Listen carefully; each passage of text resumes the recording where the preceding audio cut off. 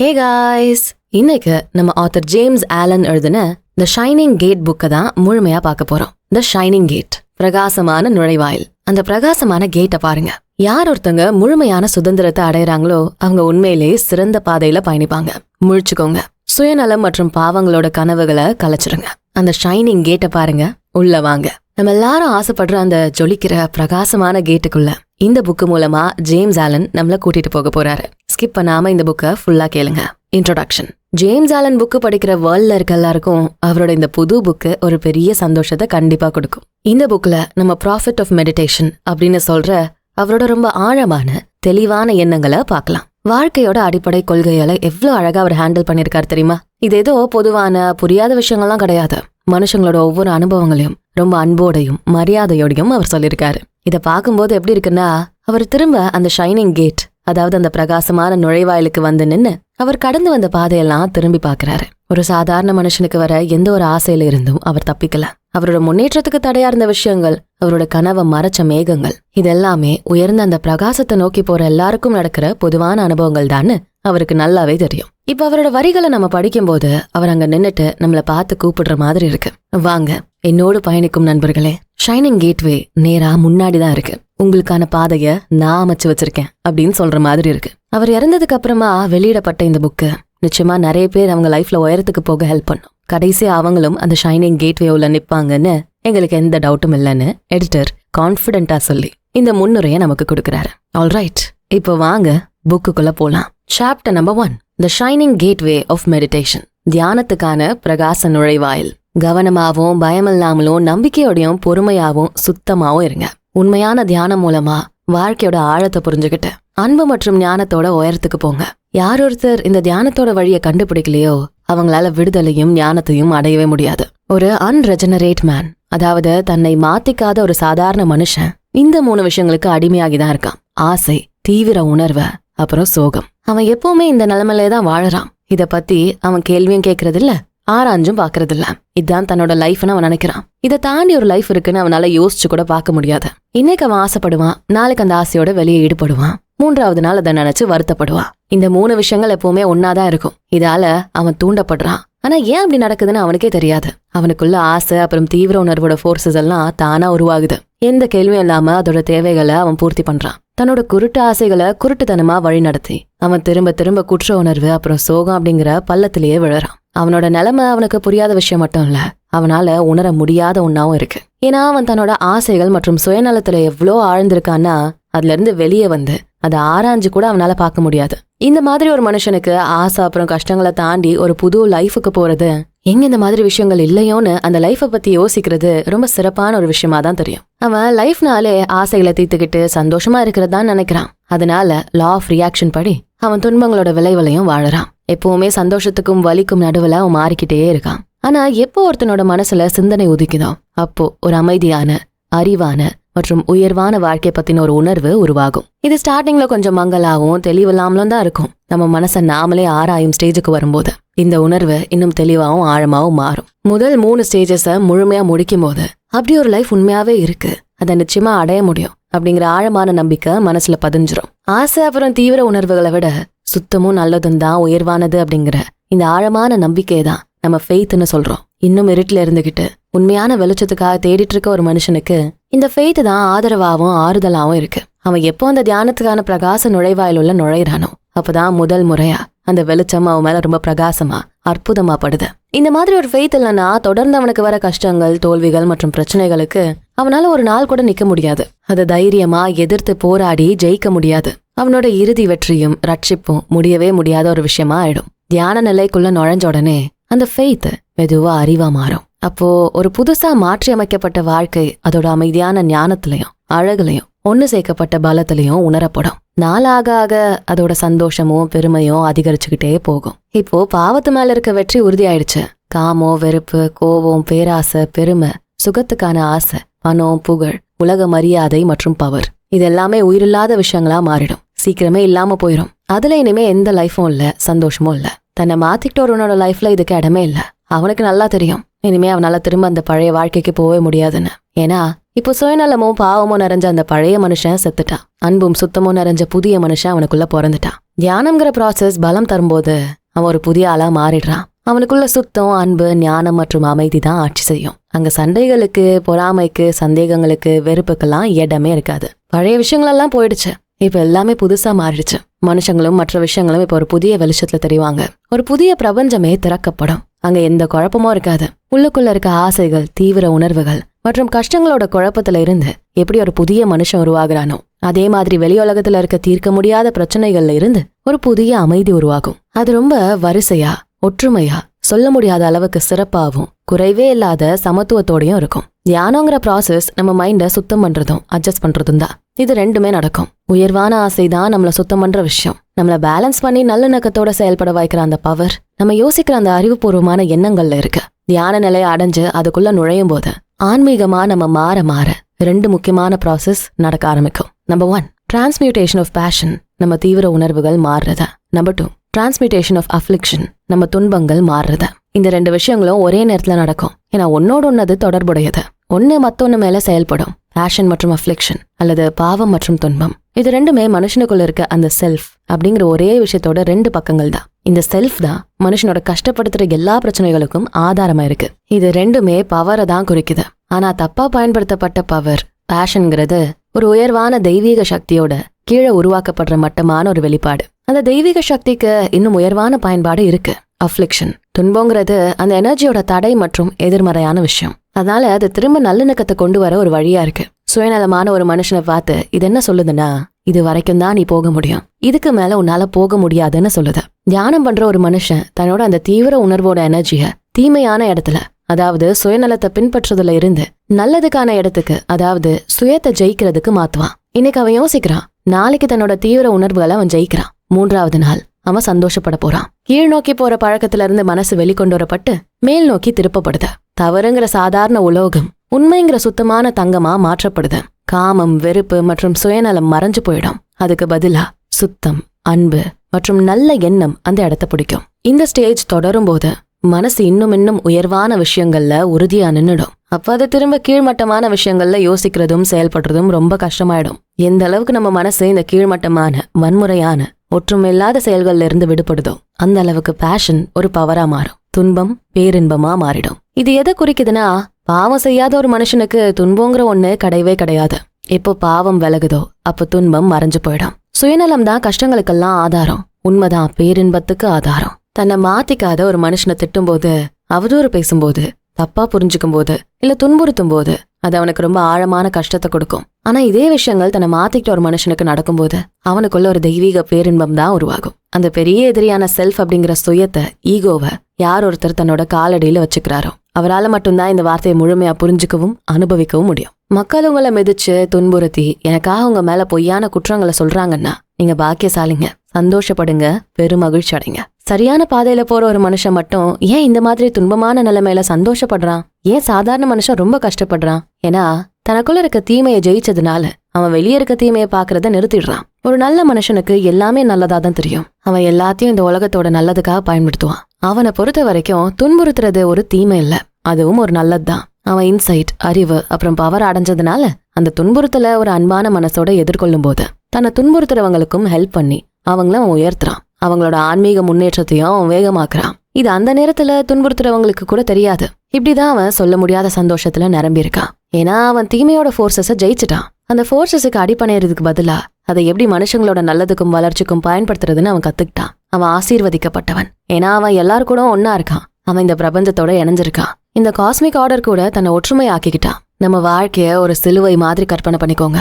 முதல்ல கீழே இருட்டானா காமம் அப்புறம் மரணம் நிறைஞ்ச ஒரு பாதாளம் இருக்கு. இது அறியாமை கூட தொடர்புடையது. இதுல ஆழமான வேர் விட்டு இருக்கிறது தான் அந்த சிலுவையோட அடிப்பகுதி, அதாவது டிசையர், ஆசை. இந்த சிலுவையோட உடம்பு பகுதியில ஆசை 2 கைகளா பிரியுது. வலது கை தான் பேஷன், தீவிர உணர்வு. இதை பேலன்ஸ் பண்றது இடது கை, அதான் அஃப்ளிக்ஷன், அதாவது துன்பம். இது 2யும் நினைச்சு சிலுவையோட தலைப்பகுதி மேல எழும்புறதுதான் ஆஸ்பிரேஷன் அப்படிங்கிற உயர்வான லட்சியம். இங்கதான் காயப்பட்டு ரத்தம் சிந்தும் மனுஷனத்தோட முள்முடி சூடிய தலை இருக்கு.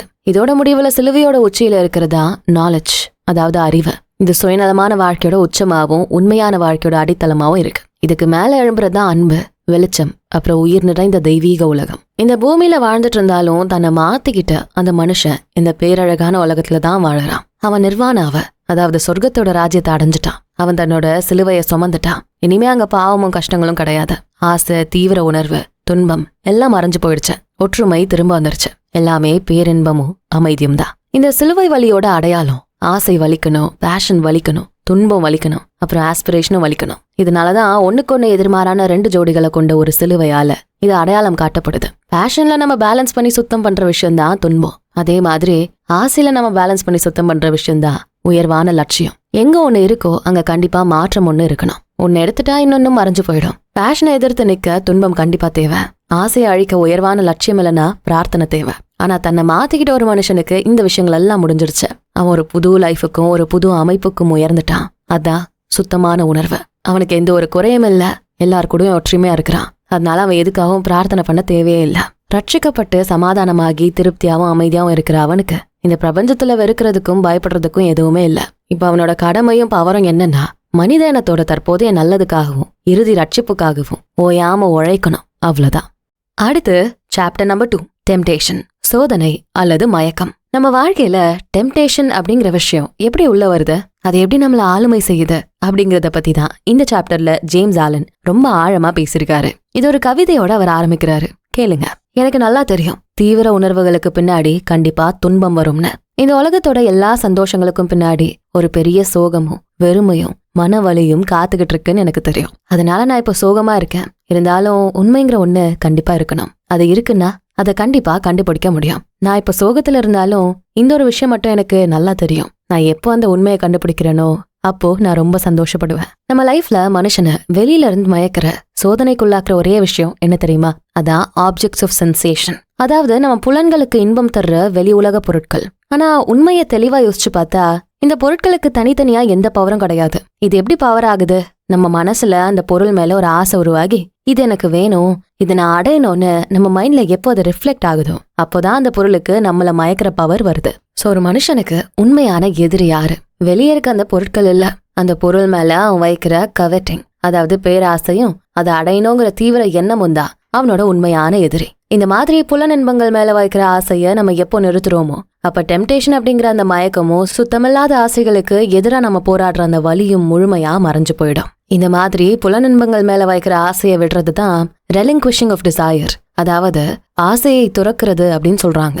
இது நம்ம உள்ளுக்குள்ள இருக்க அழுக்க மொத்தமா சுத்தம் செய்யற ஒரு செயல். இதை செய்யும் போது ஒரு மனுஷன் வெளி உலக விஷயங்களுக்கு அடிமையா இருக்கிறது நின்னு போய் அந்த விஷயங்களுக்கே அவன் ஒரு மாஸ்டர் ஆயிடுறான். இந்த சோதனைங்கிறது திடீர்னு ஒரு நிமிஷத்துல நடக்கிற விஷயம் இல்ல, அது ஒரு வளர்ச்சி. இது கொஞ்சம் மெதுவான ஒரு ப்ராசஸ் தான். இதோட கால அளவா ஒரு ஞானியால துல்லியமா அளக்க முடியும். எப்படி ஒரு ஞானிக்கு மட்டும் அது முடியும்? ஏன்னா அவர் தன்னோட எண்ணங்கள், செயல்கள் மற்றும் அதை கட்டுப்படுத்துற விதிகளை பத்தி ரொம்ப தெளிவான சரியான அறிவை வளர்த்து வச்சிருக்காரு. ரொம்ப காலமா அவர் தன்னோட மனசை டிசிப்ளின் பண்ணியும் செல்ஃப் கண்ட்ரோல் அப்படிங்கிற சுய கட்டுப்பாட்டுக்குள்ள தன்னை உறுதிப்படுத்தினதுனாலதான் அவருக்கு இந்த அறிவு கிடைச்சிருக்கு. இந்த சோதனைக்கு மொத்தம் 5 படிநிலைகள் இருக்கு. இது ரொம்ப தெளிவா நம்ம டிஃபைன் பண்ண முடியும். அது எப்படி ஒண்ணுக்கு பின்ன ஒண்ணு வளர்ந்து வருது அப்படிங்கறதையும் ரொம்ப சரியா ட்ராக் பண்ணி பார்க்க முடியும். ஆனா இன்னும் இந்த சோதனைக்குள்ள மூழ்கி கிடக்கிற ஒரு சாதாரண மனுஷன் எடுத்துக்கோங்க. அவனுக்கு தன்னோட எண்ணங்கள், செயல்கள் மற்றும் அதை ஆள்ற விதிகளை பத்தின அறிவு கொஞ்சம் கூட இல்லைன்னு தான் சொல்லணும். அவன் ரொம்ப காலமா வெளி உலக விஷயங்கள்ல இந்த புலனின்பங்கள்ல வாழ்ந்து பழகிட்டான். தனக்குள்ள யோசிச்சு பாக்குறதுக்கும் தன்னோட இதயத்தை சுத்தம் பண்றதுக்கும் அவன் ரொம்ப குறைவான நேரத்தை தான் ஒதுக்கி இருக்கான். அதனால தினந்தோறும் அவன் நினைக்கிற எண்ணங்கள், செய்யும் செயல்களோட உண்மையான தன்மை என்னங்கிறதே தெரியாம முழு அறியாமையில அவன் வாழ்ந்துகிட்டு இருக்கான். இந்த மாதிரி ஆட்களுக்கு டெம்டேஷன் அப்படிங்கிறது திடீர்னு நடக்கிற ஒரு விஷயமா தான் தெரியும். திடீர்னு அவன் மேல நடக்கிற இந்த தாக்குதலை எதிர்த்து போராட அவனுக்கு சக்தி இருக்காது. ஏன் இது நடக்குதுன்னே அவனுக்கு புரியாது. அது ஒரு பெரிய மர்மமா தான் அவன் பாக்குறான். எப்பவுமே மர்மம் தான் மூட நம்பிக்கையோட தாயின்னு சொல்லுவாங்க. அதனால அவன் என்ன பண்றான்? தன்னோட இந்த பிரச்சனைக்கு காரணம் என்னன்னு தேடி ஏதோ ஒரு மூட நம்பிக்கையை நம்ப ஆரம்பிச்சிடுறான். உதாரணத்துக்கு கண்ணுக்கு தெரியாத ஏதோ ஒரு தீய சக்தி இல்ல வெளியில இருந்து வர ஏதோ ஒரு பவர் திடீர்னு எந்த முன்னறிவிப்பும் இல்லாம தன்னை தாக்கி துன்புறுத்துதுன்னு அவன் நம்ப ஆரம்பிக்கிறான். இந்த மாதிரி ஒரு மூட நம்பிக்கை அவனை இன்னும் சக்தி இல்லாதவனா ஆக்கிடுது. ஏன்னா தன்னை விட ஒரு பவர்ஃபுல்லான சக்தி கிட்ட இருந்து தப்பிக்க முடியாதுன்னு புரிஞ்சுக்கிற அளவுக்கு அவனுக்கு அறிவு இருக்கு. அந்த சக்தி எங்க இருக்கு, அதோட டாக்டிக்ஸ் என்னன்னு அவனுக்கு எந்த ஐடியாவும் இல்ல. சோ இந்த குழப்பத்துல இருந்து தப்பிக்க இன்னும் வேற சில மூட நம்பிக்கைகளையும் அவன் உருவாக்கிக்கிறான். கடைசியில் என்ன ஆகுது? அவனோட பாவங்கள், கஷ்டங்கள் இது எல்லாத்தோட சேர்த்து இந்த சூப்பர் நேச்சுரல் பிலீஃப்ஸ்ங்கிற அதீத சக்திகள் மேல நம்பிக்கைங்கிற ஒரு பெரிய சுமையும் அவன் மேல ஏறிடுது. இது அவனோட முழு கவனத்தையும் ஈர்த்துக்குது. அவனோட பிரச்சனைக்கான உண்மையான காரணத்துல இருந்து அவனை ரொம்ப தூரம் தள்ளி கொண்டு போயிடுது. இதெல்லாம் ஒரு பக்கம் நடந்துட்டு இருந்தாலும் அவன் தொடர்ந்து ஆசைகளுக்கு அடிமையாறுதும் அதனால கீழே விழுறதும் நடந்துகிட்டே தான் இருக்கும். இது எது வரைக்கும் தொடரும் தெரியுமா? தன்னைத்தானே அடக்கி ஆள்ற, தன்னைத்தானே சுத்தப்படுத்துற பழக்கத்தின் மூலமா தன்னோட ஆன்மீக தன்மையில இருக்க, காஸ் அண்ட் எஃபெக்டுக்கு நடுவுல இருக்க தொடர்பை கண்டுபிடிக்கிற திறமைய அவன் எப்போ வளர்த்துக்கிறானோ அது வரைக்கும் அவன் விழுந்துகிட்டே தான் இருப்பான். எப்போ அவன் இந்த திறமைய வளர்த்துக்கிறானோ அப்போ அவனோட தெளிவான சுத்தமான பார்வைக்கு ஒரு உண்மை புரியும். அந்த ஆசைங்கிற சோதனை வரும் தருணம் வெளியில இருந்து வரலாம். அது அவன் தன்னோட இதயத்துக்குள்ள ரகசியமா ஒளிச்சு வச்சிருக்க அந்த சுத்தமில்லாத ஆசைகளோட வெளிப்பாடுதான்னு அவனுக்கு தெளிவா புரியும். இது மட்டுமில்ல, நாள் ஆக ஆக அவனோட இதயம் இன்னும் சுத்தமாகும் போது அலைபாயிர தன்னோட எண்ணங்களை ஆராய்ஞ்சு புரிஞ்சுக்கிற அளவுக்கு தகுதியான கண்ட்ரோல அவன் அடையும் போது அவன் இன்னும் ஒன்னு தெளிவா பார்ப்பான். அந்த சோதனைங்கிற உண்மையான தருணம் உருவாகிறதுக்கு ஒரு தொடக்கம் இருக்கு, ஒரு வளர்ச்சி இருக்கு, மற்றும் ஒரு முழுமையான பலன் தரும் நிலை இருக்கு அப்படிங்கறத அவன் தெளிவா உணர்வான். அப்போ இந்த ஆசைகளோட சோதனைக்கு உள்ளாகிற ஸ்டேஜஸ் என்ன? ஒரு சோதனை எப்படி நம்ம மனசுக்குள்ள பிறக்குது, அது எப்படி வளர்ந்து அதோட கசப்பான பலனை கொடுக்குது? இந்த சோதனைக்கு 5 ஸ்டேஜஸ் இருக்கு. அது என்னென்னா, நம்பர் 1 பர்செப்ஷன், வெறுமனே உணர்றது, பாக்குறது. நம்பர் 2 காஜிடேஷன், யோசிக்கிறது. நம்பர் 3 கன்செப்ஷன், மனசுக்குள்ள ஒரு விஷயத்தோட கருத்தை உருவாக்குறது. நம்பர் 4 அட்ராக்ஷன், ஈர்க்கிறது. நம்பர் 5 டிசையர், தீவிர ஆசை. இப்போ ஒவ்வொரு ஸ்டேஜையும் தெளிவா பார்க்கலாம். முதல் ஸ்டேஜ் என்னன்னா, வெளியுலகத்துல இருக்க அந்த இன்பம் தரும் பொருட்களை வெறும் பொருளாவே நம்ம பாக்குறோம். இதுதான் பியோர் பெர்செப்ஷன், அதாவது முழுமையான தெளிவான ஒரு பார்வை. இதுல எந்த ஒரு பாவமும் இல்ல, அழுக்கும் இல்ல. இது ரொம்ப சுத்தமான ஒரு நிலை. 2வது ஸ்டேஜ்ல அந்த பொருட்கள் நமக்கு சந்தோஷம் தர ஒரு விஷயமா நம்ம மனசு யோசிக்க ஆரம்பிக்கும். இது எப்படின்னா, அந்த பொருளை பத்தி நம்ம மைண்டு ஆழமா கவனிக்க ஆரம்பிக்கும். இது இருந்தா நல்லா இருக்குமே அப்படின்னு ஒரு தெளிவில்லாத இன்பமான உணர்வை தேடி நம்ம மனசு தடுமாறும். இங்கதான் அழுக்கும் பாவமும் ஆரம்பிக்குது. 3வது ஸ்டேஜ்ல இந்த பொருட்கள் கூட நம்ம மனசு சந்தோஷத்தை இணைக்கும். அந்த பொருளை பத்தி நினைக்கும் போதே ஒரு இன்பமான உணர்வு வரும். அந்த உணர்வை நம்ம மனசுக்குள்ள தெளிவா உயிரோட்டமா நம்ம உருவாக்குவோம். 4வது ஸ்டேஜ்ல இந்த பொருட்கள் முழுமையா இன்பத்தோட உருவமா நம்ம கண்ணுக்கு தெரியும். இந்த ஸ்டேஜ்ல அந்த பொருள் மூலமா கிடைக்கிற சந்தோஷம் தெளிவா டிஃபைன் பண்ணப்படும். ஆனா இங்க ஒரு குழப்பம் வரும். அந்த சந்தோஷமும் அந்த பொருளும் ரெண்டும் வெவ்வேறு இல்ல, ரெண்டும் ஒண்ணுதாங்கிற மாதிரி ஒரு தோற்றம் உருவாகும். அப்போ அந்த பொருளை அடையணும் அப்படிங்கிற விருப்பம் மனசுக்குள்ள பிறக்கும். நம்ம மைண்டு அந்த பொருளை நோக்கி போக ஆரம்பிக்கும். 5வது மற்றும் கடைசி ஸ்டேஜ் தான் தீவிர ஆசை. அதாவது அந்த பொருள் கொடுக்கிற சந்தோஷத்தையும் இன்பத்தையும் அனுபவிக்க அதை அடையணுங்கிற பேராசை மற்றும் தீவிர மோகம் இருக்கும். நம்ம மனசுக்குள்ள இந்த முதல் 4 ஸ்டேஜஸ் திரும்ப திரும்ப நடக்க எரியிற நெருப்புல எண்ணெய் ஊத்துற மாதிரி இந்த 5வது ஸ்டேஜான ஆசை இன்னும் பெருசாகும். அதோட தீவிரமும் வேகமும் எப்படி அதிகரிக்கும்னா, கடைசியில நம்ம முழு உருவமும் முழு மனசும் ஒரு எரியும் தீவிர உணர்வால ஆக்கிரமிக்கப்படும். இந்த தருணத்துல தன்னோட உடனடி சந்தோஷத்தையும் திருப்தியும் தவிர வேற எதுவுமே கண்ணுக்கு தெரியாது. இந்த அளவுக்கு நம்ம மனசு குருடாயிடும். இந்த கசப்பான எண்ணங்களோட உச்சகட்டத்தை நம்ம அடையும் போது தான் ஒரு மனுஷன் சோதனைக்கு உள்ளாயிட்டான், ஆசைகளுக்கு அடிமை ஆயிட்டான்னு அர்த்தம். இதுக்கும் மேல இன்னொரு ஸ்டேஜ் இருக்கு, அதான் ஆக்ஷன், செயல். இது என்னன்னா, மனசுக்குள்ள ஆசைப்பட்ட அந்த விஷயத்த நேர்ல செய்யறது. மனசுக்குள்ள ஏற்கனவே செஞ்ச பாவத்தை வெளியில செயல்படுத்துறது தான் இது. ஆசையில இருந்து செயலுக்கு போற தூரம் ரொம்ப ரொம்ப கம்மி தான். அது ஒரு சின்ன ஸ்டெப் தான். இந்த ப்ராசஸை இன்னும் தெளிவாவே சொல்றேன். முதல்ல மனுஷன் செயலற்ற நிலையில இருப்பான். இதான் புனிதமா அமைதியா இருக்க நிலை. நம்ம முன்னாடி பார்த்தோமே 5 ஸ்டேஜஸ், அதை சார்ந்து இது வரும். முதல்ல உணர்றது, வெளி உலக பொருட்களை வெறும் பொருட்களாவே உணர்றோம். அடுத்து யோசிக்கிறது, வெளி உலக பொருட்களை சந்தோஷத்தோட ஆதாரமா நினைக்கிறோம். அடுத்து உருவாக்குறது, வெளி உலக பொருட்கள் சந்தோஷத்தை தரும்னு மனசுக்குள்ள தெளிவா உருவாக்குறோம். அடுத்து ஈர்ப்பு, அந்த பொருள் நம்மகிட்ட இருந்தா நல்லா இருக்கும்னு இன்பமா உணர்றோம். கடைசியா ஆசை, அந்த பொருளை தீவிரமா பேராசைப்பட்டு விரும்புறோம். இந்த 5 ஸ்டேஜஸ் வர அவன் செயலற்ற நிலையில தான் இருப்பான். அப்புறம்தான் செயல் நிலைக்கே மாறுவான். இதுதான் பாவம், அமைதியின்மை. ஒவ்வொரு முறையும் ஒரு மனுஷன் சோதனைக்குள்ளாகும் போது அவன் செயலற்ற நிலையில இருந்து தொடங்கி இந்த 5 ஸ்டேஜஸையும் வரிசையா தாண்டி போறான். ஆனா அவனோட வீழ்ச்சிங்கிறதே அவன் அந்த செயலுங்கிற ஸ்டேஜுக்குள்ள நுழையிறப்பதான். இந்த ப்ராசஸ் எவ்வளவு நேரம் எடுத்துக்கும் அப்படிங்கிறது அந்த சோதனையோட தன்மையும் சோதனைக்குள்ளாகிற மனுஷனோட குணத்தையும் பொறுத்து ரொம்ப மாறுபடும். ஆனா பல முறை இந்த சோதனைக்கு அடிபணிஞ்சு திரும்ப திரும்ப கீழே விழும்போது நம்ம மனசு இந்த மாற்றத்துக்கு ரொம்ப பழகிடும். எப்படி பழகிடும்னா, இந்த 5 ஸ்டேஜஸையும் நம்ம மைண்ட் எவ்வளவு வேகமா கடந்து போகும்னா, இந்த டெம்டேஷன்ங்கிறது ஏதோ ஒரே நிமிஷத்துல பிரிக்க முடியாத ஒரு அனுபவம் மாதிரி நமக்கு தோணும். ஆனா ஒரு ஞானி இந்த சோதனைக்குள்ளாகிற ப்ராசஸ்க்கு மூழ்கிற அந்த கால அளவை எப்பவுமே தவற விட மாட்டாரு. அதோட வளர்ச்சியையும் அது எப்படி மாறுதுங்கிறதையும் அவர் தெளிவா கவனிப்பாரு. இது எப்படின்னா, ஒரு சயின்டிஸ்ட் நம்ம மூளையிலிருந்து உடம்போட கடைசி பகுதிக்கு நரம்புகள் மூலமா உணர்வுகள் எப்படி வேகமா போகுது, அல்லது உடம்பு பகுதியிலிருந்து மூளைக்கு எப்படி திரும்பி வருது அப்படிங்கிற அந்த டைமை எப்படி தெளிவா அளக்குறாரோ, அதே மாதிரி ஞானியும் அவரோட வேற ஒரு மெத்தடை வச்சு அந்த பியோர் பெர்செப்ஷன் அப்படிங்கிற நிலையில இருந்து தீவிர ஆசைகள் அப்படிங்கிற நிலைக்கு போற அந்த திடீர் சோதனையோட பயணத்தை தெளிவா அளக்குறாரு. இந்த ஆசைகள் சோதனைகளோட உண்மையான தன்மை என்ன அப்படிங்கிற இந்த அறிவு அதோட வெளிப்படையான பவரை அழிச்சிருது. ஏன்னா உண்மையான பவருங்கிறது புனிதத்துல மட்டும்தான் இருக்கு. அறியாமைதான் எல்லா பாவத்துக்கும் வேறா இருக்கு. நம்ம மனசுக்குள்ள அறிவு உள்ள நுழைஞ்ச உடனே இந்த அறியாமை மறைஞ்சு போயிடுது. இருட்டு எங்க இருக்கோ அங்க வெளிச்சம் வந்த உடனே எப்படி அந்த இருட்டும் அதனால வரும் பிரச்சனைகளும் தானாவே மறைஞ்சு போயிடுமோ, அதே மாதிரி நம்ம ஆன்மீக தன்மையை பத்தின அறிவை நம்ம அடைஞ்சு அதை ஏத்துக்கிறப்போ பாவமோ அதோட விளைவுகளோ முழுமையா சிதறி போயிடுது.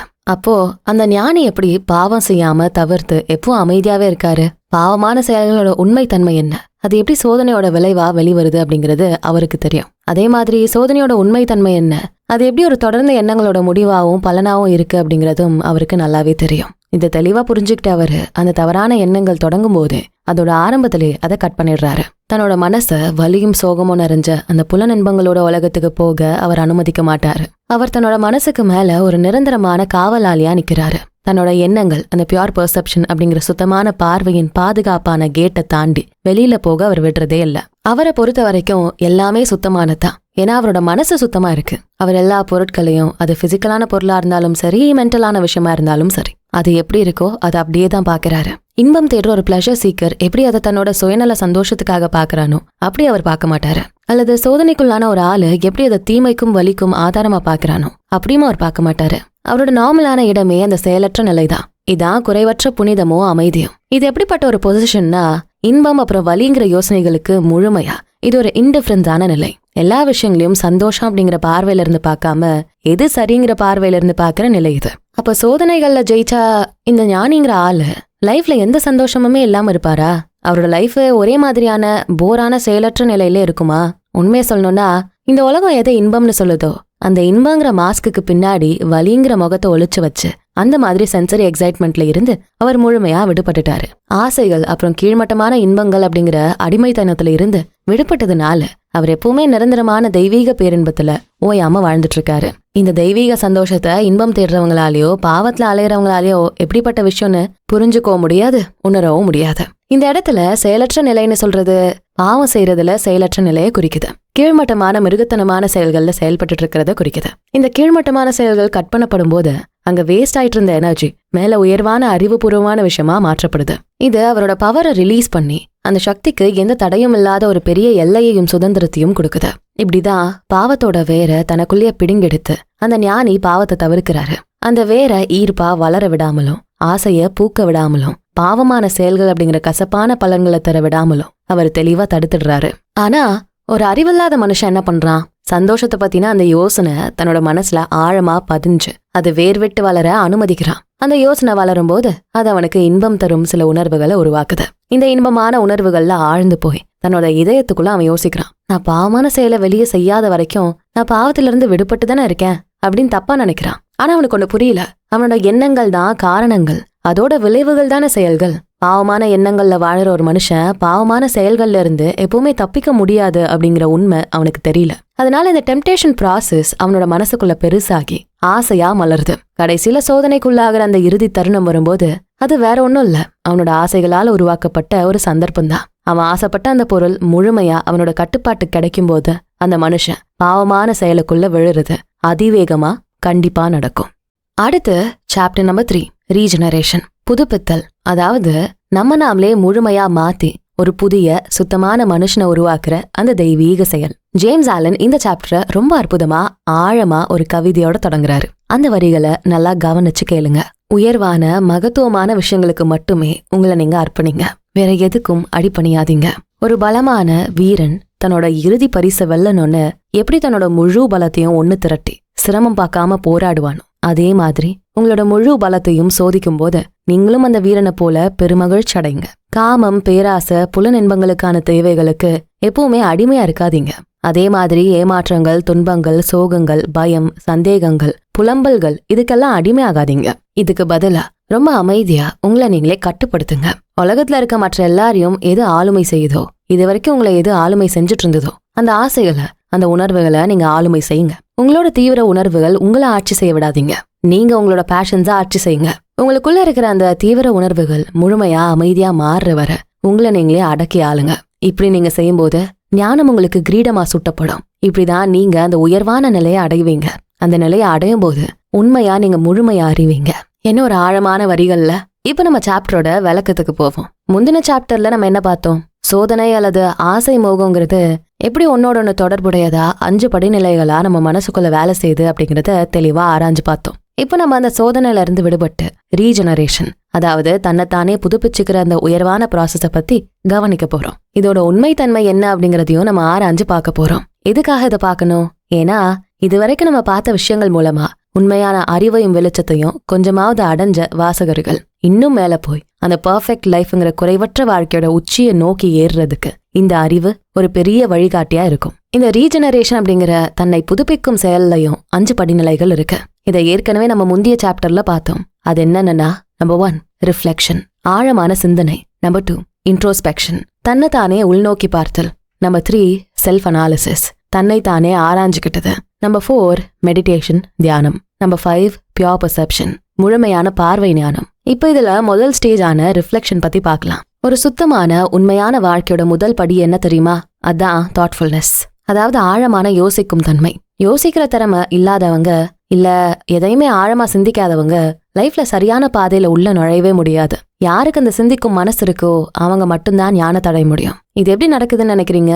ஒரு மனுஷன் எப்பவுமே சந்தோஷத்தையும் இன்பத்தையும் மட்டுமே தேடி ஓடிட்டு இருக்கிறத நிறுத்திட்டு தன்னோட வாழ்க்கையில தான் இப்ப எந்த நிலைமையில இருக்கும்னு தெளிவா ஆராய்ஞ்சு பாக்குறதுக்காக தன்னைத்தானே ஒரு இடத்துல நிலையா நிறுத்துறப்போ இந்த உலகத்தோட நிலைமை என்ன, நம்ம வாழ்க்கையோட உண்மையான அர்த்தம் என்னன்னு ஆழமா சிந்திக்க ஆரம்பிக்கும் போது அப்பதான் அந்த ரீஜெனரேஷன்ங்கிற புது பிறவையோட முதல் ஸ்டேஜுக்குள்ள கால் எடுத்து வைக்கிறான். எப்போ ஒரு மனுஷன் ரொம்ப சீரியஸா யோசிக்க ஆரம்பிக்கிறானோ, அவனோட கவனத்துல ரொம்ப ஆழமான உயர்வான ஒரு நோக்கம் எப்போ உருவாகுதோ அப்ப அவன் என்ன பண்றான் தெரியுமா? இதை நல்லா கவனிச்சு கேளுங்க. இந்த உலகத்துல எதையுமே யோசிக்காத அறியாமையில இருக்கிறவங்களும் அலட்சியமா இருக்கிறவங்களும் நீர்க்குமிழிகள் மாதிரி உடஞ்சு போற அந்த தற்காலிக சந்தோஷங்களை தேடி ஓடுற அந்த அகலமான பாதையை விட்டு அவன் வெளியே வந்துடுறான். வெளியே வந்து எது நிரந்தரமான பாதைன்னு தெளிவா புரிஞ்சுக்கிட்ட அறிவாளிகளும் ஞானிகளும் நடக்கிற அந்த குறுகலான பாதையில அவன் தன்னோட பயணத்தை தொடங்குறான். இந்த மாதிரி பாதை மாறி வந்த ஒரு மனுஷனுக்கு பாவங்கள் மற்றும் துன்பங்கள்ல இருந்து விடுதலை கிடைக்கிறதுங்கிறது ஏற்கனவே உறுதியாக்கப்பட்ட ஒரு விஷயம்தான். ஏன்னா இப்ப கூட அவன் அவ்வளோ தெளிவான நிலைமைக்கு வரல. அவனை சுத்தி இன்னும் நிறைய தெளிவில்லாத தடுமாற்றங்கள் இருந்தாலும் அவனுக்காக காத்துட்டு இருக்க அந்த பெரிய அமைதியோட ஒரு சின்ன முன் சுவைய அவன் இப்பவே உணர ஆரம்பிச்சிட்டான். அவனோட தீவிர ஆசைகளும் உணர்வுகளும் இன்னும் பலமா இருந்தாலும் அது இப்ப பழைய மாதிரி ஆட்டம் போடாம கொஞ்சம் அமைதியாயிருச்சு. அவனோட மனசு முன்ன விட இப்போ ரொம்ப அமைதியாவும் தெளிவாவும் மாறிடுச்சு. அவன் மத்தவங்க கூட பேசும்போது பழகும்போது அதுல ஒரு சுத்தமும் ஒரு ஆழமான கம்பீரமும் இருக்கு. அவன் ரொம்ப ஆழமா யோசிக்கிற அந்த தருணங்கள்ல எதிர்காலத்துல தனக்கு கண்டிப்பா கிடைக்க போற அந்த பலம், அமைதி மற்றும் ஞானத்தை அவன் ஏதோ ஒரு தெய்வீக தரிசனம் மாதிரி இப்பவே பாக்குறான். இது எல்லாமே அவனோட உழைப்பால அவனுக்கு கிடைக்க போற பாக்கியங்கள்னு அவனுக்கு நல்லாவே தெரியும். இப்படி ஆழமா சிந்திக்கும் இந்த முதல் ஸ்டேஜை தாண்டி அவன் மெதுவா 2வது ஸ்டேஜுக்கு முன்னேறான். இதுதான் இன்ட்ரோஸ்பெக்ஷன், உள்நோக்கி பார்த்தல். தினம் தினம் தன்னோட லைஃபோட எல்லா பகுதிகளையும் இன்னும் தீவிரமான ஆழமான சிந்தனையோட அவன் கவனிக்க ஆரம்பிக்கிறான். அப்ப மற்ற மனுஷங்கள்லாம் எப்படி இந்த ஆசைகள்லயும் தீவிர உணர்வுகள்லயும் மாட்டிக்கிட்டு மூழ்கி கிடக்குறாங்க அப்படிங்கறத அவன் தெளிவா பாக்குறான். அந்த ஆசைகளோட சேர்ந்து வர ரொம்ப குறைவான காலமே இருக்க போற அந்த சந்தோஷங்களுக்கு பின்னாடி எவ்வளவு பெரிய சோகங்கள் இருக்குங்கிறதையும் அவன் உணர்றான். அவன் உலகத்தை சுத்தி பாக்குறான். மனுஷங்க கிட்ட இருக்க காமம், பேராசை, அப்புறம் இன்பம் தேடுற ஆசைகள் எப்படி ஒரு எரியும் காய்ச்சல் மாதிரி அவங்கள ஆட்டி படைக்குது அப்படிங்கறத பாக்குறான். அதே மாதிரி அவங்களோட கவலையும் பயமும் எப்படி அவங்கள நடுநடுக்கும் குளிர் மாதிரி வாட்டுது அப்படிங்கறதையும் யாராலையும் தடுக்க முடியாது மெதுவா நெருங்கி வர அந்த மரணத்தோட தடுமாற்றத்தையும் அவன் பாக்குறான். இதெல்லாம் பார்த்துட்டு இதுக்கெல்லாம் என்ன அர்த்தம் அப்படின்னு தெரிஞ்சுக்க அவனோட மனசு தீவிரமா ஆசைப்படுது. ரொம்ப சோகமாகவும் புரியாத புதிராகவும் தெரியுற இந்த வாழ்க்கையோட உண்மையான ஆதாரமும் காரணமும் எங்க இருக்குன்னு கண்டுபிடிக்க அவன் தீவிரமா தேடுறான். தானும் இந்த மனித இனத்துல ஒரு அங்கம்தான். மத்த மனுஷங்களுக்கு வர அதே ஆசைகளும் சோகங்களும் தனக்கும் இருக்குங்கிறத அவன் ஒத்துக்கிறான். அப்ப அவனுக்கு ஒண்ணு புரிய ஆரம்பிக்குது. இந்த முழு வாழ்க்கையோட ரகசியமோ எப்படியோ தன்னோட சொந்த வாழ்க்கையோடையும் தன்னோட இருப்போடவும் பிரிக்க முடியாத அளவுக்கு பின்னி பிணைஞ்சிருக்குன்னு உணர்றான். அதனால அவன் என்ன பண்றான்? வெறும் வெளிப்பார்வையை வச்சு சொல்லப்படுற அந்த மேலோட்டமான தியரிகள் அவனுக்கு எந்த திருப்தியும் தரல. ஏன்னா அந்த தியரிகள் அவனை இன்னும் ஆசைகளுக்கும் சோகங்களுக்கும் அடிமையாவே வச்சிருக்கு. கவலைக்கும் பயத்துக்கும் ஒரு இரையாவே அவனை மாத்தி வச்சிருக்கு. இதை உணர்ந்த அவன் தன்னோட எண்ணங்களை வெளியில தேடுறதை நிறுத்திட்டு தன்னோட மனசுக்குள்ள நோக்கி திருப்புறான். தான் தேடிட்டு இருந்த அந்த ஞானத்துக்கும் அமைதிக்குமான தெளிவு கண்டிப்பா தன்னோட மனசுக்குள்ளதான் எங்கேயோ காத்துக்கிட்டு இருக்குன்னு அவன் நினைக்கிறான். இப்படிதான் அவன் தன்னோட கவனத்தை வெளியில இருந்து உள்நோக்கி திருப்பி இன்ட்ரோஸ்பெக்டிவ் ஆகுறான். அதாவது தன்னைத்தானே உள்நோக்கி பார்க்கும் தன்மை அடைகிறான். இந்த தெளிவோட அவன் தன்னோட ரீஜெனரேஷன் பயணத்துல 3வது ஸ்டேஜுக்கு போக தயாராகிறான். எப்ப இந்த இன்ட்ரோஸ்பெக்ஷன் அப்படிங்கிற தன்னைத்தானே உள்நோக்கி பார்க்கும் பழக்கம் ஒரு மனுஷனுக்குள்ள முழுமையா வளர்ந்து அவனால் அதை புரிஞ்சுக்கப்படுதோ அப்ப அவன் மனசுக்குள்ள ரொம்ப நுட்பமான ஒரு யோசனை ப்ராசஸ் ஆரம்பிக்குது. இது எப்படிப்பட்ட செயல் தெரியுமா? இந்த யோசனையோட உதவியோட தான் ஒரு மனுஷனோட இயல்புல இருக்க அந்த ஆழமான இருளான விஷயங்கள், அதாவது முழு மனித இனத்தோட இயல்பும் மெதுவா தன்னை வெளிப்படுத்த ஆரம்பிக்குது. பொறுமையா தேடிட்டு இருக்கிற அந்த ஆராய்ச்சியாளர்களோட ஆழமான பார்வைக்கு தன்னோட ரகசியங்களை அது இப்ப விட்டு கொடுக்குது. இந்த செதறி கிடக்கிற ஒன்னோடொன்னு பின்னி பிணைஞ்சு கிடக்கிற அந்த எண்ணங்கள் அப்படிங்கிற நூல்களை நம்ம ஞானிகள் இப்போ தெளிவா பிரிக்கிறாங்க. இந்த மனசுங்கிற தறியில இருந்து வேகமா பறக்கிற அந்த எண்ணங்கள் அப்படிங்கிற தறி குச்சியில நெய்யப்படுற இந்த வாழ்க்கைங்கிற வலையோட குறுநூலும் நெடுநூலும் எப்படி பின்னி கிடக்குங்கிறத தெளிவா கவனிக்கிறாங்க. இப்படி கவனிக்கும் போதுதான் முதல் முறையா மனுஷங்க செய்யும் செயல்களுக்கான உண்மையான உள்ளான காரணங்கள் என்னங்கிறதையும் இந்த வாழ்க்கையோட அர்த்தம் மற்றும் நோக்கம் என்னங்கிறதையும் அவங்க கொஞ்சம் கொஞ்சமா புரிஞ்சுக்க ஆரம்பிக்கிறாங்க. இந்த ஆழமான சிந்தனை ப்ராசஸ் தொடரும் போது மனசுல உள்ள அந்த தீவிர ஆசைகளும் புலனுணர்வுகளும் தெளிவா சுத்திகரிக்கப்பட்டு மனசை விட்டு வெளியே போகுது. உண்மையா சரியான முறையில பார்க்கறதுக்கு தேவையான அந்த அமைதி இப்ப இந்த மனுஷனுக்கு கிடைக்குது. மெதுவா ஒவ்வொரு விஷயங்களுக்கும் உள்ள விதிகளும் கொள்கைகளும் அவனோட தெளிவான புரிதலுக்கு முன்னாடி கொண்டு வரப்படுது. இந்த வாழ்க்கையோட நிரந்தரமான சட்டங்களை அவனோட அறிவு ரொம்ப தெளிவாகவும் ஒத்துமையாவும் எடுத்துக்குது. இதான் 3வது ஸ்டேஜான செல்ஃப் அனாலிசிஸ், தன்னை தானே அறிவது. இப்ப தூங்கிட்டு இருக்க அந்த உலகத்தோட மேல அந்த விடியற் காலையோட மென்மையான வெளிச்சம் எப்படி யாருக்குமே தெரியாம ரொம்ப அமைதியா மெல்ல எழுந்து வருதோ அந்த மாதிரிதான் இந்த மனுஷன் தன்னோட உள்ளான கட்டுப்பாட்டோட அந்த 4வது ஸ்டேஜுக்குள்ள நுழையறான். ரொம்ப காலமா தூங்கிட்டு இருந்த தன்னோட கண்களை இப்ப எழுந்து வர அந்த உண்மையின் வெளிச்சத்து மேல திறக்கிறான். அவன் இப்ப ஒரு தொடர்ந்த தியான நிலைக்கு மாறுறான். இந்த தியானத்துலதான் அந்த அறிவுங்கிற கதவை திறக்கக்கூடிய அந்த மாஸ்டர் கீ அவனுக்கு கிடைக்குது. இது ரொம்ப உயர்ந்த நிலை. இந்த ரீஜெனரேஷன்ங்கிற ப்ராசஸோட இந்த அட்வான்ஸ் ஸ்டேஜ்ல தான் ஒரு பாவி ஒரு புனிதனா ஞானியா மாறுறான். ஒரு மாணவன் ஒரு குருவா மாறுறான். ஏன் தெரியுமா? இது வரைக்கும் ரொம்ப மெதுவாகவும் கஷ்டமாவும் இருந்த அந்த மாற்றம் அப்படிங்கிற ப்ராசஸ் இப்ப ரொம்ப வேகமா நடக்க ஆரம்பிக்குது. முன்னாடி இன்பங்களுக்காகவும் திருப்திகளுக்காகவும் தீவிர உறவுகளுக்காகவும் துன்பங்களுக்காகவும் வீணடிக்கப்பட்ட அந்த ஆன்மீக சக்தி எல்லாம் இப்ப பாதுகாக்கப்பட்டு கட்டுப்படுத்தப்பட்டு இன்னும் உற்பத்தி செய்யற புதிய தெளிவான எண்ணங்களுக்கான வழிகளா மாற்றப்படுது. இப்படிதான் ஒரு மனுஷனோட மனசுக்குள்ள ஞானமும் பேரின்பமும் அமைதியும் பிறக்குது. தியானத்துல இந்த திறமையும் பலமும் கிடைக்கும் போது அவன் அந்த 5வது நிலையான கடைசி ஸ்டேஜ் அடைகிறான். இங்கதான் ஒரு தீர்க்கதரிசி மற்றும் ஞானியோட அந்த முழுமையான தெளிவான பார்வை உருவாகுது. இது மூலமா வாழ்க்கையோட உண்மைகள் தெளிவா புரிஞ்சுக்கப்பட்டு ஒவ்வொரு விஷயத்துக்குமான சட்டங்களும் விதிகளும் தெளிவா வெளிப்படுது.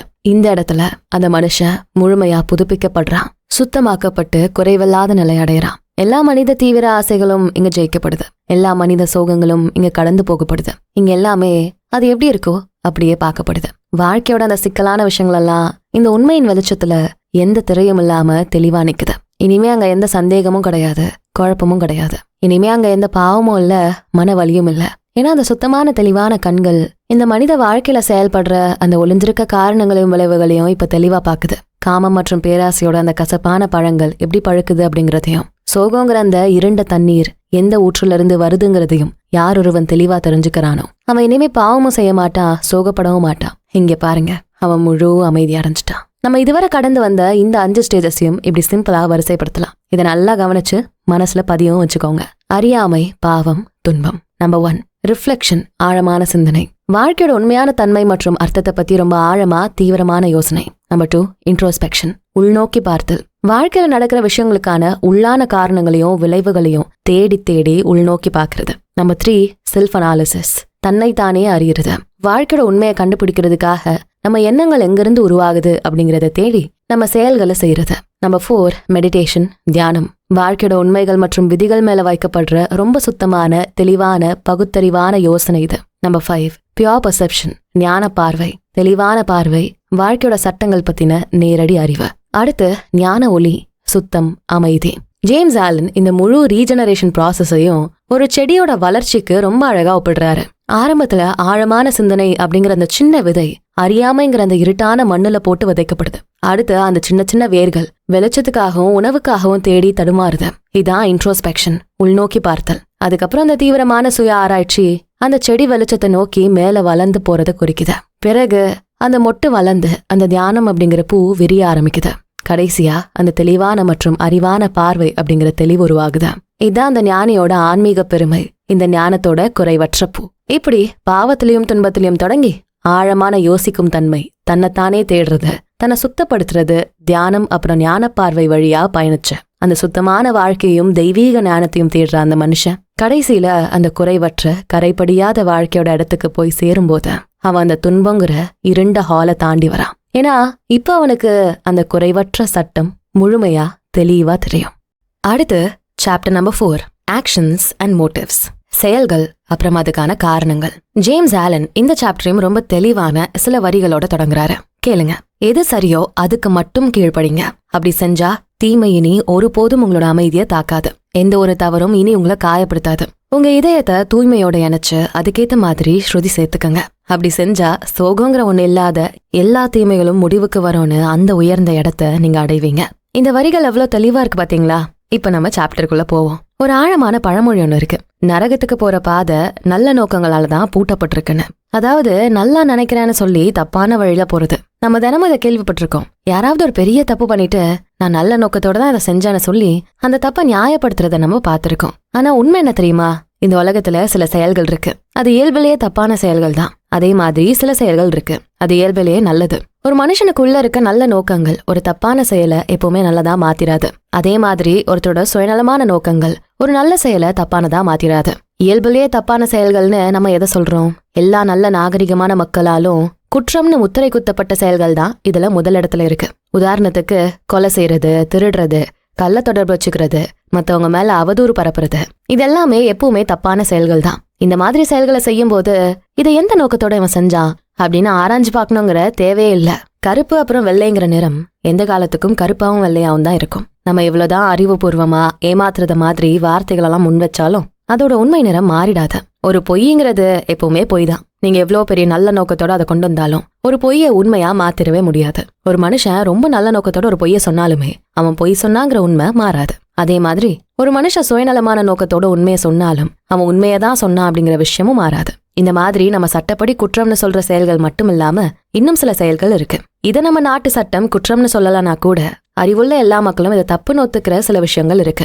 அது என்னன்னா, நம்ம சோஷியல் லைஃப் அப்புறம் ஃபேமிலி லைஃப்ல நம்ம தினந்தோறும் மத்த மனுஷங்க கூட வச்சிருக்க உணர்வுகள்ல நடக்கிற சில செயல்கள். உதாரணத்துக்கு ஒரு குழந்தை தன்னோட அப்பா அம்மாவுக்கு செய்ய வேண்டிய கடமையை வேணும்னே மீறும் போது அந்த அப்பா உடனே நின்னு என் புள்ளை எந்த நோக்கத்தோட இந்த தப்ப செஞ்சான்னு தேடி ஆராய்ஞ்சு அதுக்கான சரியான தண்டனையோ இல்ல திருத்தத்தையோ உடனே கொடுப்பாரு.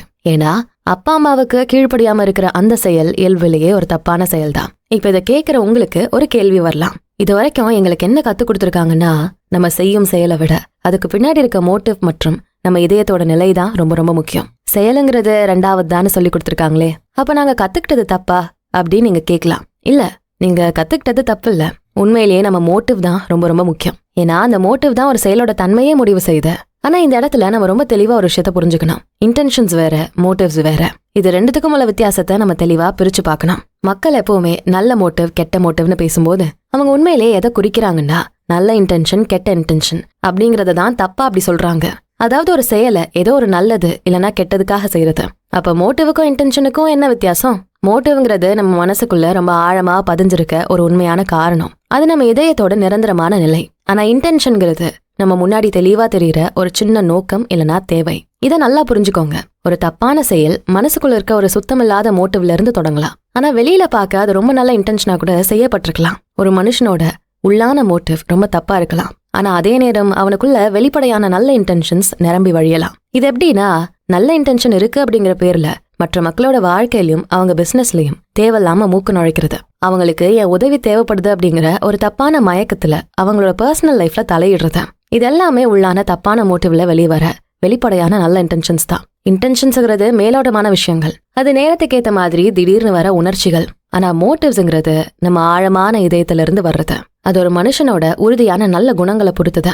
ஒரு மனுஷன் இன்னைக்கு ஒரு செயலை ரொம்ப நல்ல இன்டென்ஷனோட செய்யலாம். சில வாரங்கள் கழிச்சு அதே செயலை ஒரு கெட்ட இன்டென்ஷனோட செய்யலாம். ஆனா இந்த 2 தருணங்கள்லயும் அந்த செயலுக்கு அடிப்படையில இருந்த அந்த மோட்டிவ் மாறாம ஒன்னாதான் இருக்கும். உண்மையை சொல்லணும்னா, ஒரு தப்பான செயல் எப்பவுமே ஒரு சரியான மோட்டிவ்ல இருந்து பிரிக்கவே பிரிக்காது. அது வெளியில பார்க்க ஒரு நல்ல இன்டென்ஷனால வழிநடத்தப்பட்டாலும் அதோட ஆதாரம் தப்பாதான் இருக்கும். ஒரு மனுஷன் தொடர்ந்து ஒரு சோதனைக்கு உள்ளாகியோ கொலை, திருட்டு, பொய் சொல்றது இல்ல இன்னும் வேற கெட்ட செயல்களை செய்யறான்னா அவனோட மனசு இருட்டா குழப்பமான நிலைமையில இருக்குன்னு அர்த்தம். இந்த மாதிரி ஒரு நிலைமையில இருக்கிற மனுஷனால சரியான மோட்டிவ்ஸ்ல இருந்து செயல்படவே முடியாது. இந்த மாதிரி கெட்ட செயல்கள் எல்லாமே ஒரு சுத்தமில்லாத ஆதாரத்துல இருந்து மட்டும்தான் பிறக்க முடியும். இதனாலதான் இந்த உலகத்துல வாழ்ந்த பெரிய ஞானிகளும் ஆசிரியர்களும் எப்பவுமே மோட்டிவ்ஸ பத்தி அதிகம் பேசினதே இல்ல. அவங்க எப்பவுமே செயல்கள் பத்தி மட்டும்தான் பேசியிருக்காங்க. அவங்களோட போதனைகள்ல எந்த மோட்டிவ்ஸையும் பத்தி பேசாம நேரடியா இந்த செயல்கள் கெட்டவை, இந்த செயல்கள் நல்லவைன்னு தெளிவா சொல்லிட்டாங்க. ஏன்னா இயல்பிலேயே நல்லது அப்புறம் கெட்டதா இருக்க இந்த செயல்கள் தான் நம்ம மனசுக்குள்ள இருக்க கெட்ட மற்றும் நல்ல மோட்டிவ்ஸோட பலன்கள். அவங்களுடைய பலன்களை வச்சு நீங்க அவங்கள அறிவீங்க அப்படின்னு சொல்றது இதுக்காக தான். பெரியவங்களும் ஞானிகளும் நம்மகிட்ட எப்பவுமே மத்தவங்கள ஜட்ஜ் பண்ணாதீங்கன்னு சொல்றாங்க. ஆனா இதுக்கு என்ன அர்த்தம்? இதை கேட்கும்போது திராட்சை பழத்தை பார்த்து இது அத்திப்பழனும், அத்திப்பழத்தை பார்த்து இது திராட்சை பழனும் நம்ம மனசே நம்மளை ஏமாத்திக்க சொல்லி அவங்க கத்து கொடுக்கல. அது அறியாமை. அந்த 2 பழத்துக்கும் உள்ள வித்தியாசத்தை தெளிவா பிரிச்சு பாக்குற அந்த பகுத்தறிவை, சரியான தீர்ப்பை நம்ம தான் பயன்படுத்தணும். அதே மாதிரிதான் நம்ம வாழ்க்கையில கெட்ட செயல்களுக்கும் நல்ல செயல்களுக்கும் உள்ள வித்தியாசத்தை எந்த கன்ஃபியூஷனும் இல்லாம தெளிவா நம்ம பிரிச்சு பார்க்கணும். அப்போதான் நம்ம கெட்ட செயல்களை தவிர்த்து நல்ல செயல்களை முழுமையா ஏத்துக்க முடியும். இந்த ஒரு வழியில மட்டும்தான் ஒருத்தன் தன்னோட இதயத்தை சுத்தப்படுத்தி சரியான மோட்டிவ்ஸ்ல இருந்து செயல்படும் திறனை வளர்த்துக்க முடியும். நமக்குள்ளயும் சரி மத்தவங்க கிட்டயும் சரி எது நல்லது எது கெட்டதுங்கிற அந்த தெளிவான பார்வை இருக்கு பாத்தீங்களா? அது கண்டிப்பா தப்பான ஜட்ஜ்மெண்ட் இல்ல, அதான் உண்மையான ஞானம். அப்போ தப்பான ஜட்ஜ்மெண்ட்னா என்ன? எப்போ ஒரு மனுஷன் மத்தவங்க மேல எந்த ஆதாரமும் இல்லாம சந்தேகப்படுறானோ, மத்தவங்களோட செயல்களுக்குள்ள யோசிச்சு பார்த்து இவனுக்கு கெட்ட சுயநலமான இன்டென்ஷன்ஸ் தான் இருக்குன்னு தப்பா புரிஞ்சுக்கிறானோ, அப்பதான் அவன் அந்த தவறான ஜட்ஜ்மெண்ட்டுக்குள்ள விழுகிறான். இந்த ஜட்ஜ்மெண்ட்டை தான் நம்ம தவிர்க்கணும்னு எச்சரிக்கப்பட்டிருக்கோம். ஏன்னா இது ரொம்ப தீமையான ஆபத்தான ஒரு பழக்கம். நம்மளை சுத்தி இருக்கவங்களோட நல்ல இன்டென்ஷன்ஸை நம்ம சந்தேகப்பட தேவையில்ல.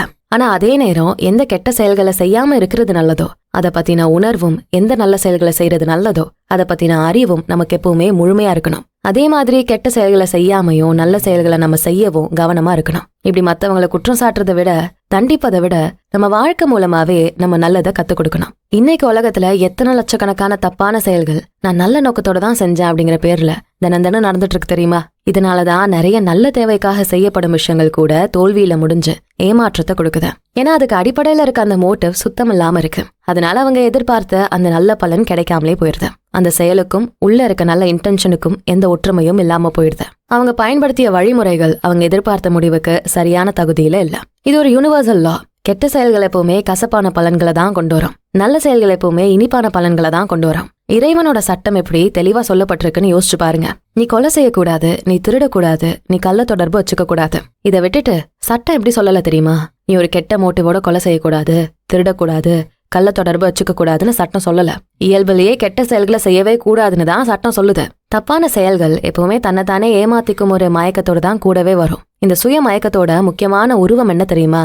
அதான் சுய நியாயப்படுத்தல். ஒரு மனுஷன் தன்னைத்தானே ஏமாத்திக்கிட்டு நான் ஒரு பாவமான செயலை செஞ்சாலும் நான் பாவத்துல இருந்து விடுபட்டுட்டு தான் இருக்கேன், ஏன்னா என் மோட்டிவ் தப்பு இல்ல, நான் சுத்தமான மோட்டிவ்ல தான் அதை செஞ்சேன்னு தனக்கு தானே புகழ்ந்துகிட்டான்னா அப்புறம் அந்த மனுஷன் எவ்வளவு பெரிய தீமை வேணாலும் செய்வான். அதுக்கு ஒரு எல்லையே இல்லாம போயிடும். நீங்க தெளிவா கவனிச்சு பார்த்தா இந்த உலகத்துல நடக்கிற பெரும்பாலான கெட்ட செயல்கள் ஒரு நல்ல இன்டென்ஷனோட தான் வருது அப்படிங்கிறது உங்களுக்கே புரியும். உதாரணத்துக்கு ஒரு அவதூறு பேசுறவன், புறம் பேசுறவனை எடுத்துக்கங்க. அவனோட இன்டென்ஷன் என்னன்னா தன்னோட நண்பர்களை மத்தவங்க கிட்ட இருந்து பாதுகாக்கணும் அப்படிங்கறதான். முட்டாள்தனமான சந்தேகங்கள் இல்லைன்னா யாரோ தனக்கு தீமை செஞ்சிருவாங்களோங்கிற பயத்துல அவன் தவிக்கிறான். அதனால ஒருத்தரை பத்தி இன்னொருத்தர்கிட்ட எச்சரிக்கிறான். அப்ப அவங்க கிட்ட இருக்க கெட்ட குணங்களை மட்டுமே தேடி தேடி பேசுறான். அவனோட தீவிரத்துல உண்மைய திருப்பி பேசிடுறான். இங்க அவனோட இன்டென்ஷன் நல்லதுதான், அதாவது தன்னோட நண்பர்களை பாதுகாக்கணும் அப்படிங்கிறது. ஆனா அவனோட மோட்டிவ் கெட்டது. அதாவது அவன் யார் மேல அவதூறு பேசுறானோ அவங்க மேல அவனுக்கு இருக்க வெறுப்பு. இந்த மனுஷனோட நல்ல இன்டென்ஷன் அவனோட கெட்ட செயலால தோக்கடிக்கப்படுது. கடைசியா அவனுக்கு என்ன கிடைக்கும்? உண்மையை நேசிக்கிற எல்லா மக்கள் கிட்ட இருந்தும் தன்னைத்தானே பிரிச்சு வச்சுக்கிட்டு அந்த தோற்றம் தான் அவனுக்கு கிடைக்கும். ஒரு கெட்ட செயலுங்கிற புண்ணுக்கு மேல நல்ல இன்டென்ஷன்ஸ் அப்படிங்கிற பிளாஸ்டர் வச்சு ஓட்டுறதுனால அந்த புண்ணு குணமாயிராது. அதே மாதிரி அந்த அழுக்கான செயலுக்கான மோட்டிவ் நம்ம இதயத்துல இருந்து மறைஞ்சு போயிடாது. கெட்ட செயல்கள்ல ஈடுபடுற மனுஷங்களால எப்பவுமே சுத்தமான மோட்டிவ்ஸ்ல இருந்து வேலை செய்யவே முடியாது. இது எப்படின்னா ஒரு அழுக்கான தண்ணீர் எப்பவுமே ஒரு அழுக்கான ஊற்றுல இருந்து தான் வரும். அதே மாதிரி அழுக்கான கெட்ட செயல்கள் சுத்தமில்லாத இருண்ட இதயத்துல இருந்து தான் வெளிவரும். நம்ம வாழ்க்கையை இன்னும் எவ்வளவு சிம்பிளாக்க முடியும் தெரியுமா? வாழ்க்கையோட எல்லா சிக்கலான பிரச்சனைகளும் எப்போ தீரும் தெரியுமா? சில செயல்கள் எப்பவுமே நிரந்தரமா கெட்டது அப்படிங்கறதையும், இன்னும் சில செயல்கள் எப்பவுமே நிரந்தரமா நல்லதுங்கிறதையும் நம்ம தெளிவா உணரும் போதுதான், அந்த கெட்ட செயல்களை முழுமையா விட்டுட்டு அந்த நல்ல செயல்களுக்குள்ள நுழையும் போதுதான் வாழ்க்கையே அமைதியாகும். அறிவுள்ள நல்ல மனுஷங்க எப்பவுமே நல்ல செயல்களை மட்டுமே செய்வாங்க. அவங்களோட மோட்டிவ், அவங்க செயல், வெளிப்படையான இன்டென்ஷன் இது மூணுமே ஒண்ணுக்கொன்னு சரியா ஸ்ருதி சேர்க்கப்பட்டுதான் இருக்கும். அதனால அவங்களோட வாழ்க்கை நல்லதுக்காக ரொம்ப பவர்ஃபுல்லா இருக்கும். எந்த ஏமாற்றமும் இல்லாம இருக்கும். அவங்களோட உழைப்புக்கான நல்ல பலன்கள் சரியான நேரத்துல அவங்களுக்கு கிடைக்கும். இந்த மாதிரி நல்ல மனுஷங்க தன்னோட செயல்களை நியாயப்படுத்துறதுக்காக ஏமாத்துற வேலையான வாதங்களை முன்வைக்க தேவையில்ல. தன்னோட மோட்டிவ் என்னன்னு சொல்லி மக்கள் கிட்ட தீர்க்க முடியாத தத்துவ விவாதங்களுக்குள்ளலாம் நுழைய தேவையில்ல. அவங்க தன்னோட சரியான செயல்களை செய்யறதுல மட்டும் திருப்தியோட இருப்பாங்க. அந்த செயல்கள் அதற்கான பலன்களை தானாவே தரும்னு அதை விட்டுருவாங்க.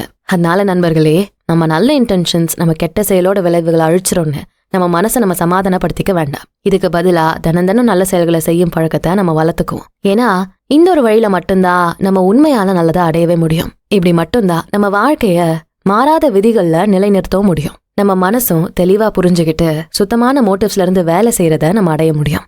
அடுத்து chapter number 5, morality and religion, நல்லொழுக்கமும் மதமும்.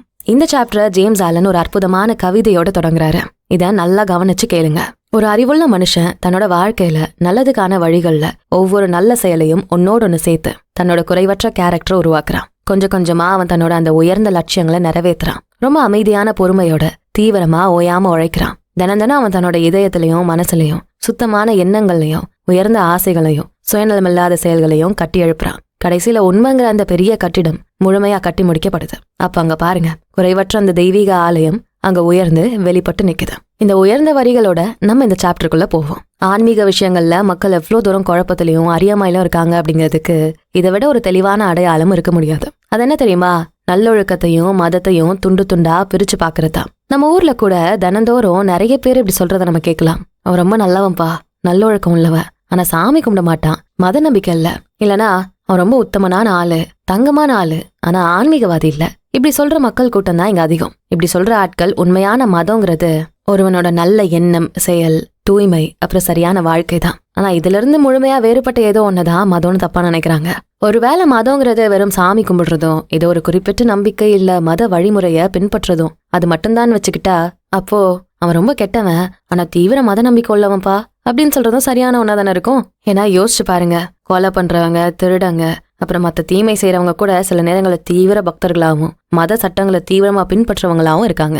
ஆன்மீக பார்வையில பார்த்தா இது எவ்வளவு பெரிய தப்பு. மதத்தோட வழிமுறைகளையும் அதோட இறுதி இலக்கையும் ஒன்னா குழப்புறது மாதிரி ஆயிடும். மதத்தோட உண்மையான ஆன்மாவை விட்டுட்டு அந்த எழுத்துக்களையும் சட்டங்களையும் மட்டும் சிலையா வச்சு கும்பிடுறதுக்கு சமமாகும் இது. நல்லொழுக்கம் எப்ப மதத்துல இருந்து பிரிக்கப்பட்டு அது ஏதோ சம்பந்தமே இல்லாத அநியாயமான ஒன்னா பார்க்கப்படுதோ அப்ப இந்த தப்பு தான் உண்மையிலேயே நடக்குது. ஆனா உண்மை என்னன்னா, மதங்கிறதுக்கு இதை விட பெரிய ஆழமான ஒரு அர்த்தம் இருக்கு. உலகத்திலேயே யாருக்குமே தெரியாத மறைமுகமான ஒரு மதமா இருந்தா கூட அதோட சடங்குகள்ல கண்டிப்பா நல்லதுக்காகவும் உத்தமத்துக்காகவும் நல்லொழுக்கத்துக்காகவும் மனுஷ இனம் ஏங்கும் அந்த குரல் ஒழிச்சுக்கிட்டே தான் இருக்கும். ஆனா சில பேரு எந்த ஆழமான யோசனையும் இல்லாம இந்த நல்லொழுக்கத்தை மதத்தோடன்னு தள்ளி வச்சிடறாங்க. ஆனா உண்மையை யோசிச்சு பாருங்க, ஒரு சிறந்த நல்லொழுக்கமுள்ள வாழ்க்கை, நல்ல மகத்துவமான குணம், அப்புறம் சுத்தமான இதயம், இதுதான் ஒரு மதத்தோட இறுதி இலக்கும் நோக்கமும் இல்லையா? இதுதான் உண்மையான மூலப்பொருள், உண்மையான ஆன்மா. சாமி கும்பிடுறதும் மற்ற விதிகளை பின்பற்றுறதும் வெறும் அதோட நிழலும் எழுத்துக்களும் மட்டும் இல்லையா? மனசுலயும் சரி மற்ற விஷயங்கள்லயும் சரி எப்பவுமே 2 விஷயங்கள் இருக்கு. ஒன்னு வழிமுறை, இன்னொன்னு அடையும் இறுதி எல்லை, அதாவது மெத்தட் மற்றும் அட்டைன்மெண்ட். கடவுளை வழிபடுறது, கடவுளை பத்தின நம்பிக்கைகள், மத விதிகளை பின்பற்றுறது, இது எல்லாமே நம்ம தேடும் அந்த எல்லையை அடைய உதவும் சில வழிமுறைகள். ஆனா நல்லது, நல்ல குணம், நல்லொழுக்கம், இதுதான் நம்ம அடைய வேண்டிய அந்த இறுதி எல்லை. இந்த வழிமுறைகள் வேணும்னா நிறைய இருக்கலாம், பல விதமா இருக்கலாம். அது எண்ணிக்கையில மத நம்பிக்கை கொண்டுதான் இருக்கலாம். ஆனா அதோட இறுதி நோக்கம் ஒண்ணுதான், அதுதான் மாரல் கிராண்டியர், அதாவது உயர்ந்த நல்லொழுக்கத்தோட பெருமை. அதனால ஒரு தெளிவான நல்லொழுக்கமுள்ள ஒரு மனுஷன் வெளிப்படையா எந்த ஒரு மதத்தையும் வழிபாட்டையும் பின்பற்றல அப்படிங்கிறதுக்காக அவன் மத நம்பிக்கை இல்லாதவன் அப்படின்னு ஆயிடாது. உண்மையிலேயே அவன்கிட்ட தான் மதத்தோட அசலான பொருள் இருக்கு.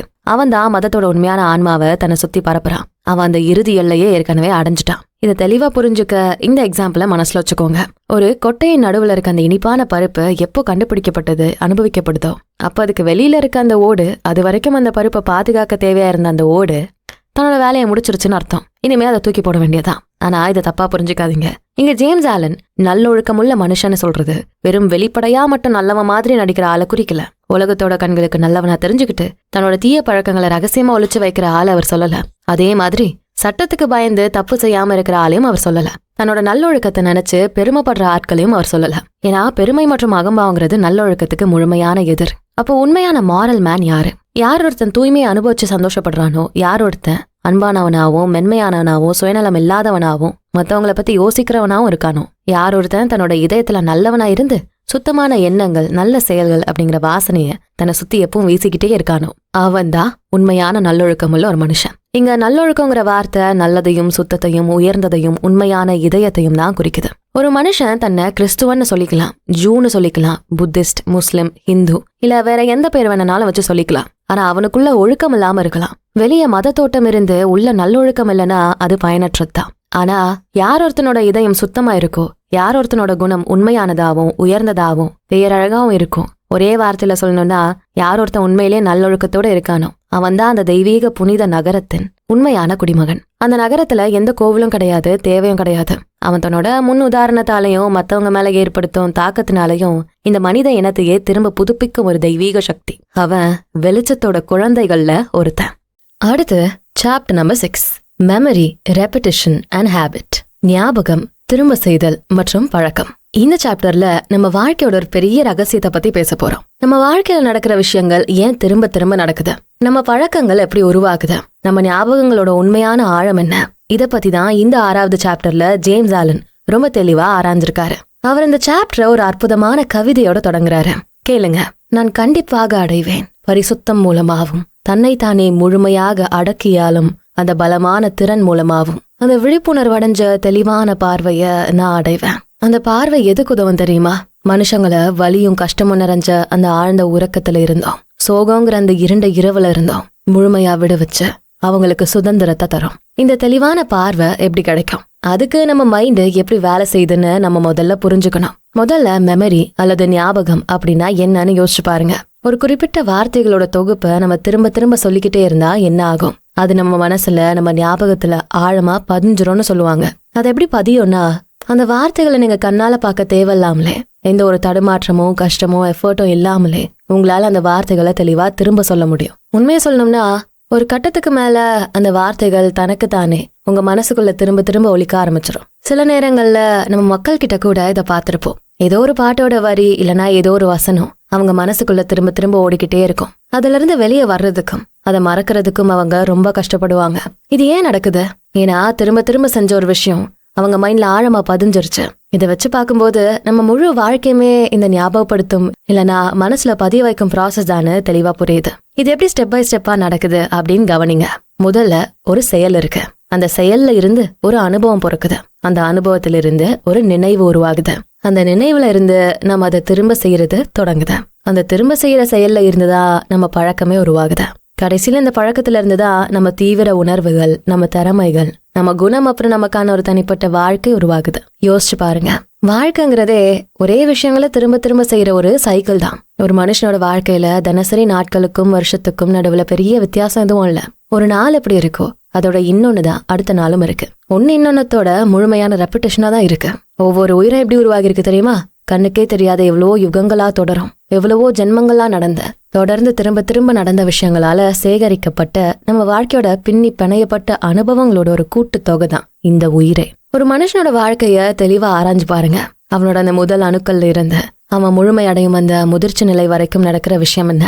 இது முழு பரிணாம வளர்ச்சியோட ஒரு சுருக்கமான ரெப்பிட்டேஷன் தான். இந்த வளர்ச்சிக்கும் முன்னேற்றத்துக்கும் ஆதாரமா பிரபஞ்ச அளவிலான ஒரு பெரிய ஞாபக சக்தி உள்ள இருக்கு. இந்த பிரபஞ்ச மெமரி தான் இந்த பரிணாம வளர்ச்சிக்கான அறிவையும் அதை தாங்கி பிடிக்கிற தத்துவத்தையும் உள்ளடக்கி வச்சிருக்க. மனுஷனோட இந்த புலன் சார்ந்த ஞாபகம், அதாவது நம்ம பிசிக்கல் மைண்டோட மெமரி இருக்கு பாத்தீங்களா, அது ரொம்ப நிலையில்லாதது, சீக்கிரம் அழிஞ்சு போகக்கூடியது. ஆனா எல்லா பொருட்களுக்கும் உள்ள ஆழமா இருக்க அந்த புலன் கடந்த தெய்வீக ஞாபகம் இருக்கே, நம்ம உருவங்களையும் திறமைகளையும் கட்டி எழுப்பும் அந்த பெரிய மெமரி, அது தன்னோட அனுபவங்களை திரும்ப உருவாக்கும் போது ஒரு வாட்டி கூட தவறு செய்யாது. வாழ்க்கைங்கிறது ஓயாம திரும்ப திரும்ப நடக்கிற ஒரு செயல். இயற்கை எப்பவுமே தனக்கு நல்ல பழக்கப்பட்ட பழைய இடங்கள்ல தான் திரும்ப திரும்ப பயணிக்குது. மனுஷன் தினம் எதை செய்யறான்னா, நான் ஏற்கனவே கத்துக்கிட்ட விஷயத்தை தான் திரும்ப திரும்ப செய்யறான். அந்த அனுபவங்கிற பள்ளிக்கூடங்கள்ல அவன் அந்த பாடங்களை கத்துக்கிட்ட அந்த காலம் அவனுக்கு எப்பவும் மறந்து போயிருக்கலாம். ஆனா அவன் கத்துக்கிட்ட அந்த பழக்கம் அவனை விட்டு மறக்கப்படல. அது அவன் கூடவே முன்னோக்கி கொண்டு வரப்பட்டு தொடர்ந்து செயல்படுது. ஒரு மனுஷன் ஒரு திறமை வெளிப்படுத்தும் போது அது எவ்வளவோ உணர்வற்ற ஆட்டோமேட்டிக்கான சுவாபத்தோட வெளிவரதில்ல. அது ஏதோ ஒரு கடவுள் திடீர்னு தனக்கு இஷ்டத்துக்கு உருவாக்குன ரெடிமேட் மிஷின் இல்ல. அது திரும்ப திரும்ப பிராக்டிஸ் பண்ணி கிடைச்ச ஒரு திறமை. ஒரே எண்ணத்தையும் ஒரே செயலையும் லட்சக்கணக்கான முறை திரும்ப திரும்ப செஞ்சதோட முடிவு தான் அது. ரொம்ப காலமா நம்ம மனசுக்குள்ள விட்டு பிடிச்சு தொடரும் எண்ணங்களும் செயல்களும் தான் கடைசியா நம்ம இயல்பான தீவிர உணர்வுகளா மாறுது. இந்த சூரியனுக்கு கீழே புதுசா எதுவுமே இல்ல அப்படிங்கிறது ரொம்ப ஆழமான ஒரு உண்மை. யோசிச்சு பாருங்க. இந்த ஆனந்த காலத்துல இப்ப நம்ம கண்டுபிடிச்சிருக்க இந்த நவீன கண்டுபிடிப்புகளும் எந்திர அதிசயங்களும் கூட இந்த உலகத்திலேயோ அல்லது வேற உலகங்கள்லயோ ஏற்கனவே எண்ணிக்கை இல்லாத முறை உருவாக்கப்பட்டிருக்க கூடும் சாத்தியம் இருக்கு. இந்த உலகத்துல கலவையான புது புது மாற்றங்கள் அப்பப்ப தொடரலாம். ஆனா அது இந்த பிரபஞ்சத்துக்கு புதுசா கண்டிப்பா இல்ல. இந்த ஆனந்த காலத்தையும் ஆட்சி செய்யும் அந்த பெரிய மனசு, அந்த பிரபஞ்ச மெமரி ரொம்ப காலத்துக்கு முன்னாடி தனக்குள்ள உருவாக்குன விஷயங்களை தான் இப்ப திரும்ப உருவாக்கிக்கிட்டு இருக்கு. இதை யாரால இல்லன்னு சொல்ல முடியும்? யாருக்கு அந்த தைரியம் இருக்கு? இந்த பிரபஞ்சத்துல நம்ம ஒன்ன புதுசா சேர்க்கவும் முடியாது, இருக்கிறத எடுக்கவும் முடியாது. இதுல இருக்க மேட்டரை அதிகரிக்க வைக்கவும் முடியாது, குறைக்க வைக்கவும் முடியாது. அந்த மேட்டரோட கெமிக்கல் காம்பினேஷன் வேணா மாறல, ஆனா அந்த மேட்டரோட உண்மையான தன்மை ஒருபோதும் மாறாது. அதே மாதிரிதான் வாழ்க்கையும் மாறாம அப்படியேதான் இருக்கு. உயிர்களோட உருவங்கள்ல வேணும்னா தொடர்ந்து மாற்றங்கள் இருக்கலாம், ஆனா அந்த உயிரோட தத்துவத்துல எந்த ஏற்றமும் இல்ல, இறக்கமும் இல்ல. உருவங்கள் வெளியே வருது, பின்வாங்குது, மறைஞ்சு போகுது. ஆனா மறைஞ்சு போக அந்த விஷயம் முழுமையா அழிஞ்சு போகல. அதோட மெமரி, அதோட ஞாபகம் தெளிவா தக்க வைக்கப்பட்டு அது திரும்ப திரும்ப உருவாக்கப்பட்டுக்கிட்டே தான் இருக்கு. அழிவை தரக்கூடிய அந்த நிரந்தரமான சிதைவு திரும்ப உருவாக்கும் அந்த நிரந்தரமான புதுப்பித்தலால எப்பவுமே பேலன்ஸ் செய்யப்படுது. நம்ம மனசுங்கிறது எதுல இருந்தோ திடீர்னு உருவானதில்ல. மனுஷனோட மனசு அந்த நிரந்தரமான தெய்வீக மனசுல இருந்து தனியா பிரிக்கப்பட்டதில்ல. ஒரு மனுஷன் தினம் ஒரே செயல்களை திரும்ப திரும்ப தினமும் செய்யும் போது அவனோட முழு கடந்த கால வரலாறும் அந்த மனசுல அழிக்க முடியாத அளவுக்கு ஆழமா எழுதப்பட்டிருக்கு. அப்ப நம்ம கேரக்டர்னு சொல்றோமே, அது என்ன? கேரக்டர் அப்படிங்கறது வெறும் ஏதோ திடீர்னு வந்தது கிடையாது. அது நம்ம செயல்களோட கூட்டுத்தொகை, ஒரு நீண்ட பரிணாம வளர்ச்சியோட கடைசி கணக்கீடுதான் ஒவ்வொரு மனுஷனும். இந்த கணக்குல எந்த தப்பும் கிடையாது, எந்த ஏமாத்த வேலையும் கிடையாது. லட்சக்கணக்கான முறை திரும்ப செஞ்ச ஒரே செயலோட பழக்கத்தை தான் நம்ம மனசு இன்னும் ஆட்டோமேட்டிக்கா செஞ்சுக்கிட்டு இருக்கு. இதை நல்லா யோசிச்சு பாருங்க நண்பர்களே. இந்த அழிக்க முடியாத உணர்வற்ற பெரிய மெமரி கூட கம்பேர் பண்ணும்போது நம்மளோட இந்த 70 வயசு ஞாபகம் எப்படிப்பட்டது தெரியுமா? ஒரு பெரிய எஜிப்சியன் பிரமிடுக்கு முன்னாடி மறைஞ்சு போற ஒரு சின்ன புகை மூட்டை மாதிரி தான் நம்மளோட இந்த வாழ்க்கையோட மெமரி. ஒரு மனுஷன் எந்த தீவிர உணர்வுக்கும் பழக்கத்துக்கும் அடிமையாய் தவிக்கிறானோ அதெல்லாம் அவன் ஏற்கனவே ஆழமா திரும்ப திரும்ப செஞ்ச செயல்களோட தொகுப்பு தான். அவனோட தலையெழுத்திய அந்த பழக்கங்கள் தான் தனக்குள்ள புதைச்சிருக்கான். அதே மாதிரி ஒரு மனுஷன் கிட்ட இருந்து எந்த ஒரு எஃபர்ட்டும் இல்லாம சுலபமா தெளிவா வெளிப்படுற அந்த நல்ல செயல், அருள், அப்புறம் அறிவு கூர்மை, இதெல்லாம் எங்க இருந்து வருது? அதுவும் அவனோட மனசு செஞ்ச தொடர்ந்து உழைப்போட பலன்கள் தான். ரொம்ப கஷ்டப்பட்டு ஏற்கனவே கத்துக்கிட்ட விஷயத்தை தான் இப்ப அவன் ரொம்ப சுலபமா திரும்ப செய்யறான். இதை தெளிவா புரிஞ்சுக்கிட்ட ஒரு அறிவுள்ள மனுஷன் தன்னை தாக்கும் அந்த விதியில தன்னோட சொந்த பிம்பத்தை தான் பாக்குறான். வாழ்க்கைங்கிறது ஒரு வாய்க்கால் வழியா தான் ஓடுது. ஒவ்வொரு மனுஷனும் ஏதோ ஒரு வளர்பாதையில அல்லது பள்ளத்தாக்குல மாட்டிட்டு தான் இருக்கான். நம்ம மக்கள் மத்தவங்கள பார்த்து உன் பாதையில இருந்து வெளியவான்னு சொல்லுவாங்க. ஆனா அப்படி சொல்றவங்களும் வேற ஒரு பாதையில தான் இருப்பாங்க.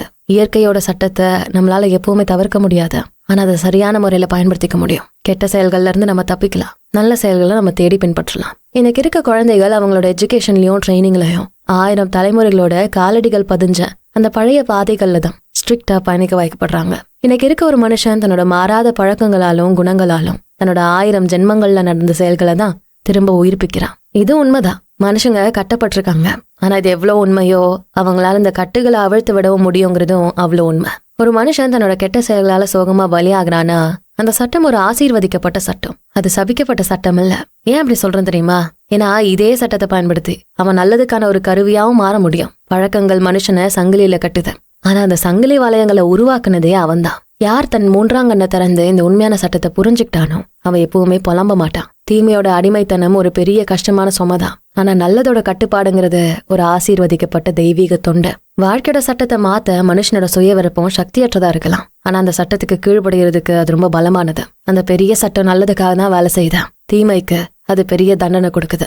மனுஷன் நினைச்சா தன்னோட சங்கிலிகளை உடைச்சு தன்னையே முழுமையா விடுவிச்சுக்க முடியும். அவன் தீவிரமா தன்னை தானே விடுவிக்கிற வேலையில இறங்கும் போது இந்த முழு பிரபஞ்சமும் அவனோட உழைப்புல அவன் கூட துணையா நிற்கும். திரும்ப செய்யறதையும் பழக்கத்தையும் அவனால தவிர்க்க முடியாது, அது உண்மைதான். ஆனா ஒற்றுமையான நல்ல ரெப்பிட்டேஷன்ஸ் அவனால தொடங்க முடியும். சுத்தமான உயர்ந்த குணங்களா மாறக்கூடிய புது நல்ல பழக்கங்களை அவனால உருவாக்க முடியும். நம்ம மனசு உருவாக்கி வச்சிருக்க அந்த ரகசிய ஆவணங்கள்ல மனித பரிணாம வளர்ச்சியோட முழு ரெக்கார்டும் பாதுகாக்கப்பட்டிருக்கு. மனுஷங்கிறவன் இந்த உலக வரலாறோட ஒரு சுருக்கம். அவனோட கோபம் வெடிக்கும் போது காட்டுல கர்ஜிக்கும் ஒரு சிங்கத்தோட சத்தத்தை நம்ம திரும்ப கேட்கிறோம். அவன் தன்னோட தேவைகள் அடைய சுயநலமா திட்டம் போடும்போது தான் இறையை நோக்கி பதுங்கி போற புலியை நம்ம பாக்குறோம். அவனோட காமம், பழிவாங்கும் எண்ணம், வெறுப்பு, பயம், இது எல்லாமே நம்ம ஆதிகால அனுபவங்கள்ல இருந்து உருவான உணர்வுகள் தான். இந்த பிரபஞ்சம் அதையும் மறக்காது, வாழ்க்கை ஞாபகம் வச்சுக்கிட்டு அதை திரும்ப கொடுக்குது.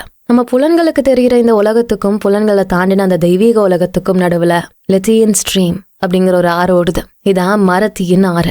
யார் ஒருத்தர் அந்த தெய்வீக உலகத்துக்கு, அதாவது தூய்மையான நல்லது இருக்கிற உலகத்துக்கு முழுமையா கடந்து போறானோ அவனால மட்டுமே அந்த வாழ்க்கை ஞாபகத்தை மறக்காம வச்சுக்க முடியும். இது லட்சக்கணக்கான மரங்களை தாண்டிய ஒரு உயர்ந்த ஞாபகம். யாரோட சுய விருப்பம் அந்த பிரபஞ்ச இச்சைக்கு கீழ்படுகிறதோ, யாரோட இதயம் இந்த பிரபஞ்ச அமைப்போட ஒற்றுமையா இருக்கும், அவனுக்கு மட்டும்தான் காலத்தையும் பருபொருளையும் தொலைச்சிட்டு உள்ள போற தெளிவான தெய்வீக பார்வை கிடைக்கும். அவன் மட்டும்தான் முன்னாடி என்ன இருந்தது, பின்னால என்ன இருக்கு அப்படிங்கறத தெளிவா பாக்குறான். மனுஷன் சீக்கிரம் மறந்துடுறான். உண்மையிலேயே அவன் மறக்கிறது நல்லதுதான், ஆனா பிரபஞ்சம் ஞாபகம் வச்சுக்கிட்டு தெளிவா ரெக்கார்ட் பண்ணி வைக்குது. ஒரு கெட்ட செயலை திரும்ப திரும்ப செய்யறது அதுக்கான தண்டனையை தானாவே கொண்டு வந்து சேர்க்கும். ஒரு நல்ல செயலை திரும்ப திரும்ப செய்யறது அதுக்கான பரிசை தானாவே கொண்டு வந்து சேர்க்கும். தீமைக்கான மிகப்பெரிய தண்டனையே அந்த தீமைதான். நல்லதுக்கான மிகப்பெரிய பரிசே அந்த நல்லதுதான். இதை நீங்க மனசுல ஆழமா பதிய வச்சுக்கோங்க.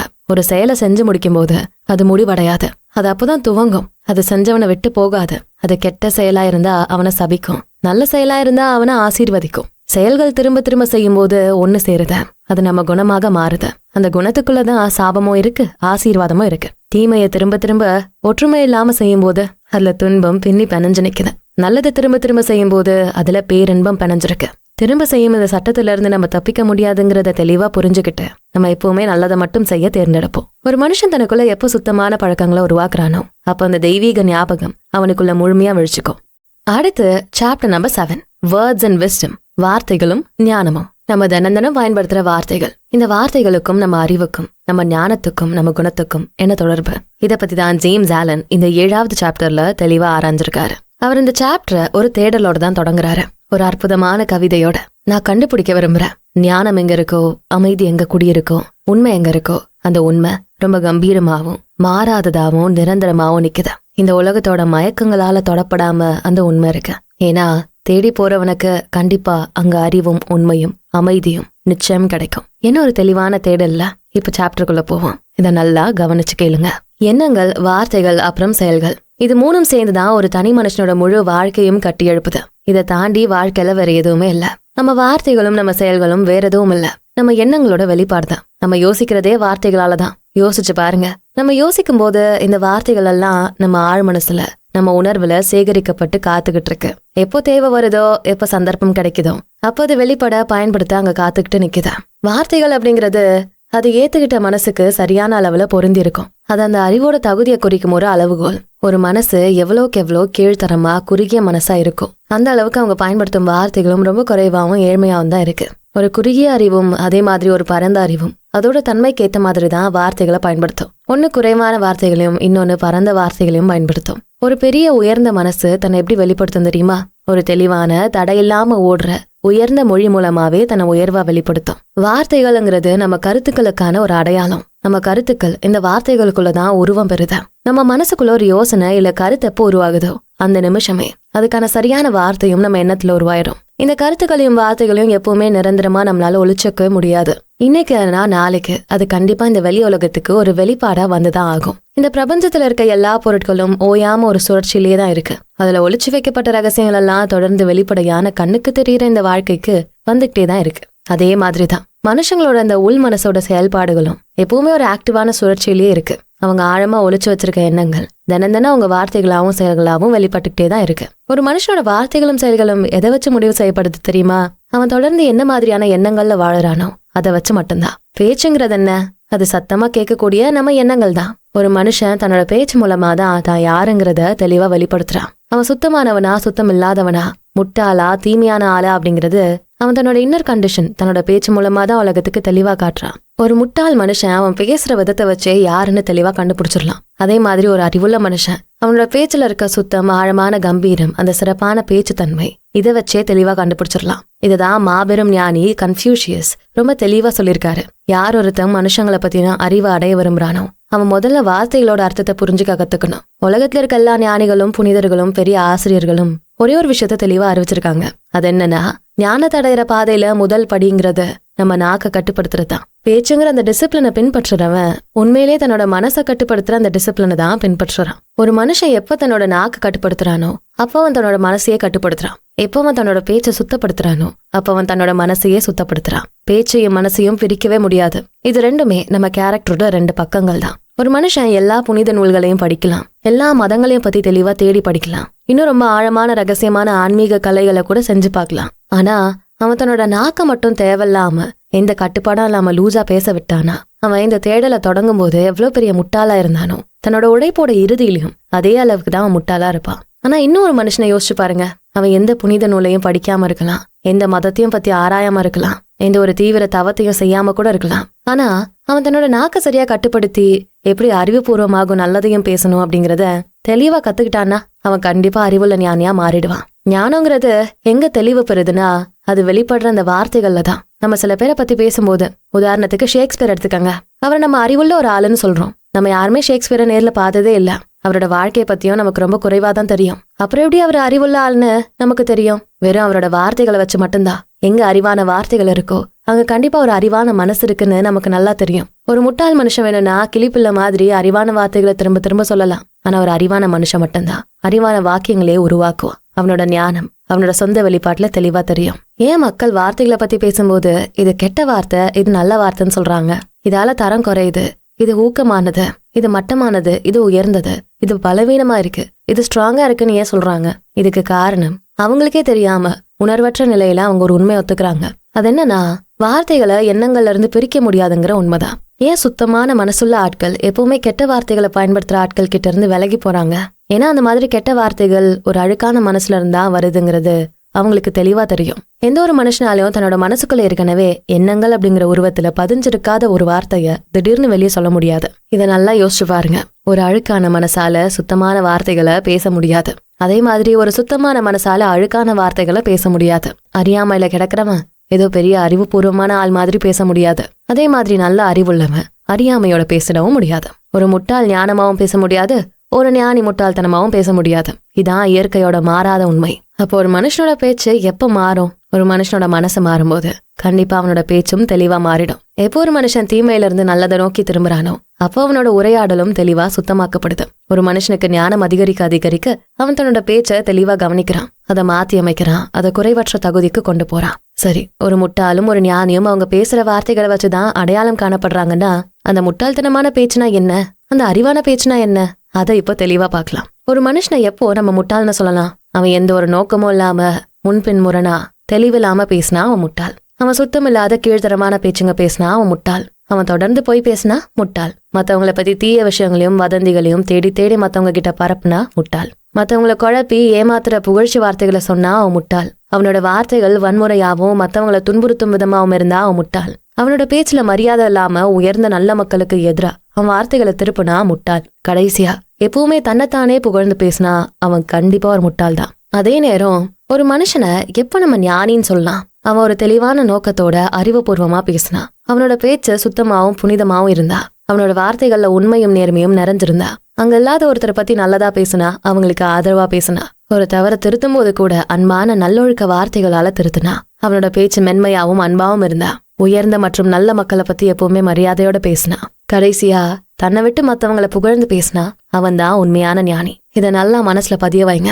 நம்ம எல்லாரும் இப்பவும் சரி எப்பவும் சரி நம்ம பேசுற வார்த்தைகளால மட்டும்தான் நியாயப்படுத்தப்படுறோம், தண்டிக்கவும் படுறோம். உண்மையோட சட்டம் எப்பவுமே தடைப்பட்டு நிக்காது. அதனால ஒவ்வொரு நாளும் நமக்கான தீர்ப்பு நாள் தான். ஒரு மனுஷன் பேசுற ஒவ்வொரு தேவையில்லாத பயனில்லாத வார்த்தைக்கும் அவன் உடனடியா கணக்கு கேட்கப்படுறான். எப்படி தெரியுமா?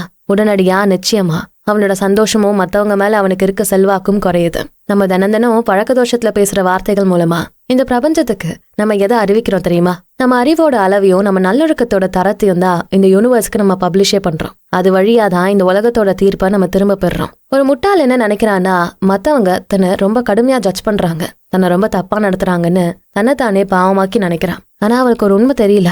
அவன் அடிக்கிற அந்த உண்மையான சாட்டை அவனோட அந்த கட்டுப்படுத்த முடியாத நாக்கு தானே அவனுக்கே தெரியல. தன்னோட நாக்கை கட்டுப்படுத்துறது, தன்னோட பேச்ச சரியான முறையில டிசிப்ளின் பண்றது, இன்னும் சுத்தமான மென்மையான வார்த்தைகளை பயன்படுத்த தீவிரமா முயற்சி பண்றது, இதெல்லாம் பாக்குறதுக்கு ரொம்ப சாதாரணமா கீழ்த்தரமான விஷயமா கூட தெரியலாம். சில நேரங்கள்ல மக்களால் இது ரொம்ப அலட்சியப்படுத்தப்படலாம். ஆனா யார் ஒருத்தன் ஞானத்தோட பாதையில நடக்கணும்னு தீவிரமா ஆசைப்படுறானோ அவனால ஒருபோதும் இந்த விஷயத்த புறக்கணிக்கவே முடியாத. அடுத்து chapter number 8, truth made manifest, வெளிப்படுத்தப்பட்ட உண்மை.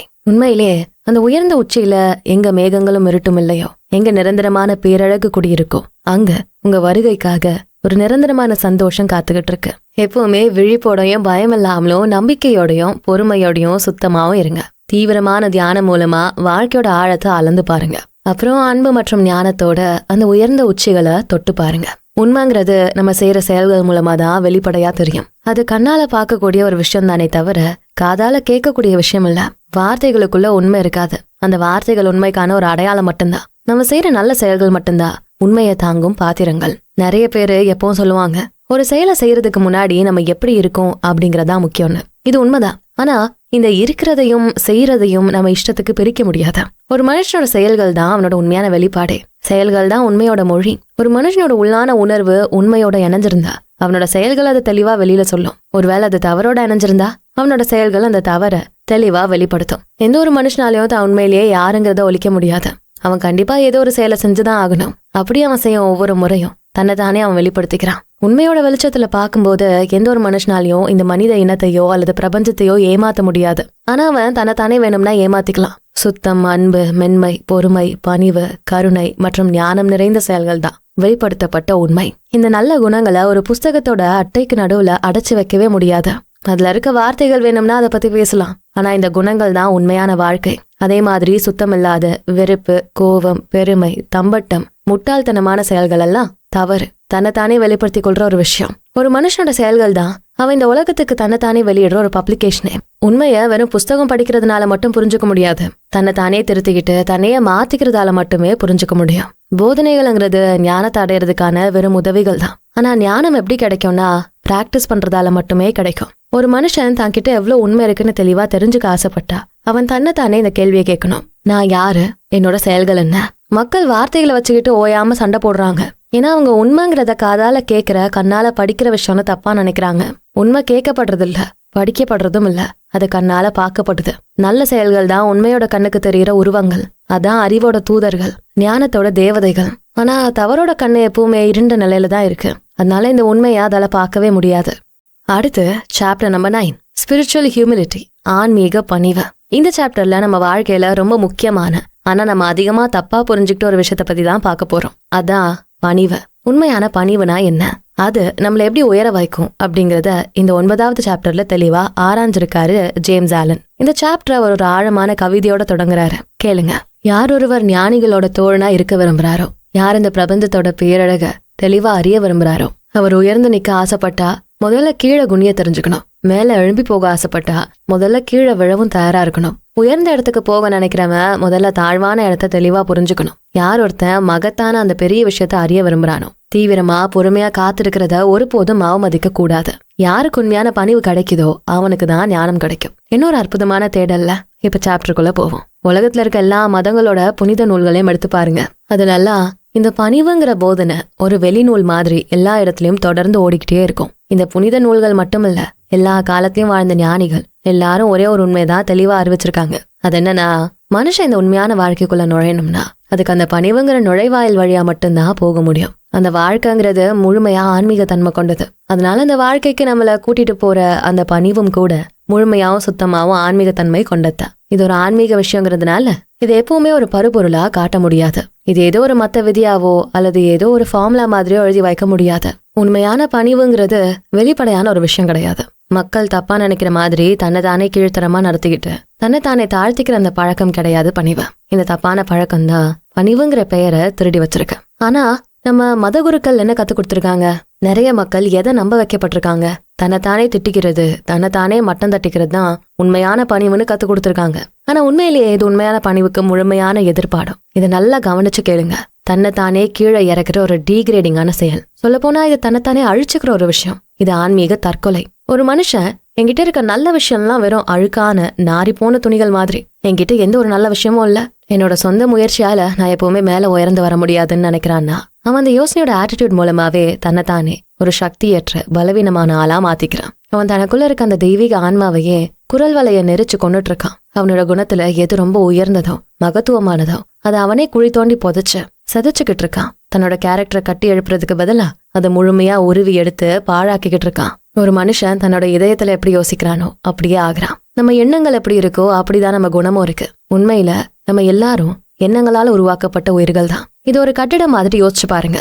நம்ம ஆன்மாங்கிற கட்டிடத்தை கட்டி எழுப்ப நம்ம தினம் வைக்கிற செங்கல் தான் நம்ம எண்ணங்கள். நம்ம இந்த கட்டிடத்துல அதிகப்படியான அழுகி போன செதஞ்சு போன செங்கல்களை வச்சா கடைசியில நம்ம கட்டி முடிக்கிறது ஒரு கேவலமான வலிகள் நிறைஞ்ச ஒரு குடிசையா தான் இருக்கும். நீங்க உங்களை பத்தியே தப்பா நினைக்கிற ஒரு சுய தாழ்வு யோசனையும் ஏற்கனவே உடஞ்சு சிதறிக்கிட்டு இருக்க ஒரு செங்கல் தான். இந்த உண்மை எவ்வளவு துல்லியமா வேலை செய்யும்னா, யார் ஒருத்தர் எப்பவுமே தன்னைத்தானே தாழ்த்தி பேசிக்கிட்டு சுய தாழ்வு ஆட்டிடியூட்லயே வாழறாங்களோ அவங்க முழு வாழ்க்கையும் இல்ல அவங்க ஒரு உயர்ந்த தெளிவான மைண்ட் செட்டுக்கும் மாறுற வரைக்கும் அவங்க வாழ்க்கை தொடர்ந்த தோல்விகள்லயும் கஷ்டங்கள்லயே தான் இருக்கும். இது எப்படி வேற மாதிரி இருக்க முடியும்? தன்னோட சொந்த தன்மைகள் மேல தனக்குத்தானே நம்பிக்கை இல்லாத ஒரு மனுஷன் எப்படி மத்தவங்களோட நம்பிக்கை ஜெயிக்க முடியும்?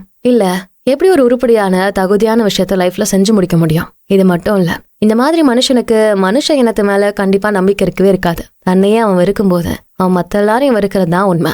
இதோட பலனா ஒருபோதும் தவறு செய்யாத அந்த காரணம் மற்றும் விளைவு சட்டத்தின்படி மத்த எல்லா மனுஷங்களும் அவனை வெறுக்க ஆரம்பிப்பாங்க. ஆனா இதுல ரொம்ப ஆச்சரியமான உண்மை என்ன தெரியுமா? தன்னோட சொந்த நம்பிக்கையை அழிக்கிற இந்த மைண்ட் செட்ல இருக்க மக்கள் தான் வெளியில பார்க்கும்போது கடவுள் மேல எவ்வளவு பெரிய நம்பிக்கை இருக்க மாதிரி காட்டிப்பாங்க. அவங்க இந்த சுய தாழ்வையே அவங்களோட உயர்ந்த ஆன்மீக நம்பிக்கைக்கான தெளிவான அத்தாட்சியா நினைக்கிறாங்க. ஆனா நான் இந்த கேள்வியை கேட்கிறேன், உண்மையான சேரிட்டி எப்படி நம்ம வீட்ல இருந்து தொடங்குதோ அதே மாதிரி உண்மையான நம்பிக்கையும் நம்மகிட்ட இருந்து நம்ம வீட்ல இருந்தான் தொடங்கணும் இல்லையா? ஒரு ஆன்மாவோட வளர்ச்சியில முதல்ல வர வேண்டியது தன்னம்பிக்கை, அதாவது தான் மேல உள்ள நம்பிக்கை. 2வது மனித இனத்து மேல உள்ள நம்பிக்கை. 3வது மற்றும் கடைசியா தான் கடவுள் மேல உள்ள நம்பிக்கை. முதல் 2 நம்பிக்கையும் தூக்கி போட்டுட்டு நேரா அப்படியே கடவுள் மேல மட்டும்தான் எனக்கு நம்பிக்கை இருக்குன்னு சொல்றது பொய்யான நம்பிக்கை தான். அது பொய்யான பணிவுல இருந்து வந்த ஒரு வெளிப்பாடுதான். இதே மாதிரி இன்னொரு தப்பான பணிவும் இருக்கு. அது என்னன்னா, வேற ஏதோ ஒரு தனி மனுஷனுக்கு இல்ல ஒரு அதிகாரத்துக்கு தன்னைத்தானே கீழே இறக்கி அடிமையா நடந்துக்கிறது. இதான் மெட்டீரியலைஸ்டான சிதைக்கப்பட்ட தப்பான பணிவு. தங்க கன்றுக்குட்டிக்கு அடிமைத்தனமா வழிபடுறதுக்கும் சமமா இருக்கும். இதெல்லாம் பழைய கால குருட்டு நம்பிக்கை வழிபாடுகள். எந்த ஒரு மனுஷனோ இந்த மாதிரி அடிமைத்தனமான பணிவுல தொடர்ந்து இருந்தாலும் அவனோட கேரக்டர் முழுமையா சதஞ்சு போயிடும். கடைசியில அவனோட ஆன்மீக மற்றும் மனதின் சக்திகள் முழுமையா வீணாகி போயிடும். ஒரு மனுஷனுக்கோ இல்ல தற்காலிக அதிகாரத்துக்கோ பணிஞ்சு போறதுங்கிறது கீழ்த்தரமானது, அடிமைத்தனமானது. ஆனா அந்த உயர்ந்த தெய்வீகத்துக்கு பணிஞ்சு போறதுங்கிறது கம்பீரமானது, பேரழகானது. ஆன்மீக பணிவுங்கிறது நம்பிக்கையோட ரொம்ப நெருக்கமா தொடர்புடையது. எவ்வளவுக்கு எவ்வளவு பணிவு இருக்கோ அந்த அளவுக்கு நம்பிக்கையும் அதிகமா இருக்கும். இதான் உண்மையான மகத்துவத்துக்கு ஆதாரமான ஸ்ருதி. இதுக்கு ஆதாரமா எல்லா காலத்திலயும் வாழ்ந்த பெரிய ஞானிகளையும் புனிதர்களையும் சீர்திருத்தவாதிகளையும் தான் நான் காட்டணும். அவங்கள யாருக்கு ரொம்ப அதிகமான பணிவு இருந்ததோ அவங்க தான் ரொம்ப பெரிய ஆட்களா இருந்தாங்க. தப்பான பணிவுல இருந்து உண்மையான பணிவை எப்படி பிரிச்சு பார்க்கலாம்னா, உண்மையான பணிவுக்கு நம்மள பலப்படுத்துற மேல கட்டி எழுப்புற ஒரு சக்தி இருக்கு. அது நம்ம ஆன்மாவுக்கு உற்சாகத்தையும் தெம்பையும் கொடுத்து இன்னும் பெரிய மேலான முயற்சிகளுக்கு நம்மள முன்னோக்கி தள்ளுது. அப்ப இந்த உண்மையான பணிவுனா உண்மையிலே என்ன? கடவுள்கிட்ட போய் தனிப்பட்ட உதவிகளை கேட்கறதுக்காக முழங்கால் போட்டு படிடுறதா? நம்ம சின்ன சின்ன குறுகிய ஆசைகளை நிறைவேற்றி தர சொல்லி குருட்டுத்தனமா கடவுள்கிட்ட மன்றாடுறதா? இல்லவே இல்ல. இதெல்லாம் பணிவுங்கிற பேர்ல இருக்க பொய்யான விஷயங்கள், அடிப்படையில ஏமாத்து வேலைகள். உண்மையான பணிவு இதுக்கெல்லாம் ரொம்ப மேல. இதை தாண்டி ஒரு பெரிய விஷயம். இது மனித இதயத்தோட ரொம்ப ஆழமான தெய்வீகமான தேடல் மற்றும் ஆசைகள். இது எங்க வேலை செய்யுது தெரியுமா? நம்ம இதயத்துக்குள்ள ரொம்ப ஆழத்துல எந்த ஒரு மோசமான பார்வைக்கும் சிக்காம மறைஞ்சிருந்து ஒரு அமைதியான பெரிய சக்தியா வேலை செய்யுது. நம்ம உடம்பையும் சுயநலத்தையும் சுத்தம் செஞ்ச முழுமையா மாத்தி அமைக்குது. தனிமைக்கு சொந்தமான அந்த பேரழகுக்குள்ள நுழையும் போது பிரிஞ்சு போன அந்த ஆன்மா திரும்ப தன்னோட கடவுளோட பாதத்துக்கு திரும்ப வருது. அங்க அந்த தெய்வீக பேரின்பத்துல திளைத்து கடவுளோட அந்த எல்லாத்தையும் உள்ளடக்கிய அன்போட வெளிச்சத்துல நிரம்புது. இந்த நிலைமைக்கு நம்ம எப்போ போக முடியும்னா, நம்மகிட்ட இருக்க அந்த கீழ்த்தரமான சுயத்தை தாண்டி மேல எழும்பும் போது மட்டும்தான் முடியும். உண்மையை சொல்லணும்னா, இந்த நான் அல்லது சுயங்கிற விஷயம் அந்த பிரபஞ்ச உண்மைக்குள்ள மூழ்கி தன்னையே அர்ப்பணிக்கிற செயல் தான் இது. நம்ம தீவிர உணர்வுகளையும் அறிவையும் அந்த மாபெரும் சக்திக்கு கீழ்ப்படிய வைக்கிற செயல் இது. ஒரு மனித ஆன்மா தன்னால எவ்வளவு உயர்ந்த தெய்வீகத்தை நினைச்சு பார்க்க முடியுமோ அந்த தெய்வீகத்தை ஆழமா நேசிக்கிற ஒரு தெளிவான ஆட்டிடியூட் தான் இது. இந்த மாதிரி ஒரு பணிவு இருந்தா அது ஒரு மனுஷனை எவ்வளவு கீழ்த்தரமான மட்டமான குணங்கள்ல இருந்தும் மேல தூக்கி நேரடியா கடவுளோட பிரசன்ஸுக்கு கொண்டு போயிடும். இது அவனை ரொம்ப அமைதியானவனாவும் பலமானவனாவும் மகத்துவமானவனாவும் தன்னம்பிக்கை உள்ளவனாவும் ஒரு கடவுள் தன்மை கொண்டவனாவும் மாத்திரும். உயர்வுக்கு ஆசைப்படும் எல்லா ஆன்மாக்களுக்கும் இதான் வாழ்க்கைங்கிற அமிர்தம். இந்த சக்தியை உணராத எந்த ஆன்மாவும் செத்து போன ஒரு ஆன்மாதான். இத கேட்க ஏதோ முன்பின்முறனா ஒரு பாரடாக்ஸ் மாதிரி தெரியலாம். ஆனா இதான் உண்மை. எது தெரியுமா? ஒரு மனுஷனுக்கு எவ்வளவு பணிவு இருக்கும் அந்த அளவுக்கு அவனுக்கு சுதந்திரம் மற்றும் தன்னம்பிக்கை இருக்கும். இந்த பாரடாக்ஸ் எப்படி சரியாகும்னா யோசிச்சு பாருங்க. இயேசு, Buddha, Confucius, Socrates, Jacob Boehme, George Fox மாதிரி இந்த பணிவை கத்து கொடுத்த மாபெரும் மத சீர்திருத்தவாதிகள் எல்லாம் எப்படி வாழ்ந்தாங்க? அவங்கெல்லாம் தலை நிமிர்ந்து நடந்தாங்க. ஏன்னா அவங்க தன்னை அந்த பணிவோட எளிமைக்கு அர்ப்பணித்ததால அவங்க கடவுள் கூடவே நடந்தாங்க. ஒரு மனுஷனை 4 கால் மிருகம் மாதிரி நகர வைக்கிற அந்த தப்பான பணிவு இருக்கே, அதான் தெளிவில்லாதது. உண்மையான பணிவு எவ்வளவு நம்மள மேல உயர்த்தி பலப்படுத்துதோ அந்த பொய்யான பணிவு அந்த அளவுக்கு நம்மள கீழே இறக்கி அழிக்கக்கூடியது. நம்ம கூட வாழற மக்கள் முன்னாடி நம்ம ஏன் ஏதோ பயந்த சுருங்கின மிருகங்கள் மாதிரி நடக்கணும்? நம்மளே நாம நாரி போன பாவிகள்னு ஏன் சொல்லிக்கணும்? அப்படி சொல்லிக்கிட்டு இருந்தா நம்ம எப்பயாவது இந்த பாவத்துல இருந்து மேல எழும்பி வர முடியுமா? நம்ம எதுக்குமே லாக் இல்லாதவங்க அப்படின்னு தெளிவா திரும்ப திரும்ப நம்ம நினைக்கிறதால நம்ம மேல உயர்ந்து போக முடியுமா? கண்டிப்பா முடியாது. நம்ம எப்படி மேல வர முடியும்னா எப்பவுமே அந்த உயர்ந்த தெய்வீகத்தை தெளிவா யோசிக்கிறது மூலமா மட்டும்தான். ஒரு மனுஷனோட இதயத்துல தகுதி இல்லாத நிறைய விஷயங்கள் இருக்கலாம். ஆனா அதே இதயத்துல ஒரு புனிதம் இருக்கு, ஒரு மகத்துவம் இருக்கு, ஒரு தெய்வீக தன்மை இருக்கு. நம்ம அந்த நல்லதை பத்தி யோசிப்போம். மனித இனத்துக்கு உள்ள இயல்பா இருக்க அந்த நல்ல விஷயங்கள், சுத்தம், அப்புறம் அந்த உண்மையான அழக நம்ம தொடர்ந்து ஆழமா யோசிப்போம். நம்ம ஆன்மாக்களுக்குள்ள இருக்க அந்த தெய்வீகத்தை தீவிரமா தேடுவோம். அந்த பணிவுங்கிற கதவு வழியா அதை கண்டுபிடிக்கும் போது அப்ப நம்ம மத்த எல்லா மனுஷங்களுக்குள்ளயும் இருக்க அந்த கண்ணுக்கு தெரியாத கடவுளை தெளிவா அறிய முடியும். இப்படி செய்யறது மூலமா நம்ம சுயநல ஆசைகள் அப்படிங்கிற அந்த குறுகிய நம்மளை கட்டி போடுற அந்த எல்லைகள்ல இருந்து நம்ம மேல உயர்றோம். உயர்ந்து அன்புங்கிற அந்த பெரிய ஆரோக்கியமான தெய்வீகமான வாழ்க்கைக்குள்ள நம்ம உள்ள நுழையிறோம். இந்த பெஸ்டான கான்டென்ட்டை நாங்க கொண்டு வர்றதுக்கு நிறைய டைம் எடுத்து ரிசர்ச் பண்றோம், எஃபோர்ட் போடுறோம். எங்களோட இந்த ஆடியோஸை நீங்க என்ஜாய் பண்றீங்க, உங்களுக்கு ரொம்ப பயனுள்ளதா இருக்குன்னா உங்களோட சப்போர்ட் கண்டிப்பா எங்களுக்கு வேணும். உங்களோட என்கரேஜ்மெண்ட் இருந்தா எங்களுக்கு ரொம்பவே பயனுள்ளதா இருக்கும். சோ எங்களோட யூடியூப் மெம்பர்ஷிப் குரூப்ல ஜாயின் பண்ணிக்கோங்க. இதனால உங்க சப்போர்ட் கண்டிப்பா எங்களுக்கு இருக்கும். பிளஸ் உங்களுக்கு நாங்க பண்ற கான்டென்ட்ஸ் ரொம்ப பிடிச்சிருக்கணும் எங்களுக்கு புரியும். நாங்களும் இன்னும் சூப்பரான கான்டென்ட்ஸை கொடுக்க ஆரம்பிப்போம். சோ உடனே நம்ம யூடியூப் மெம்பர்ஷிப் குரூப்ல ஜாயின் பண்ணிக்கோங்க.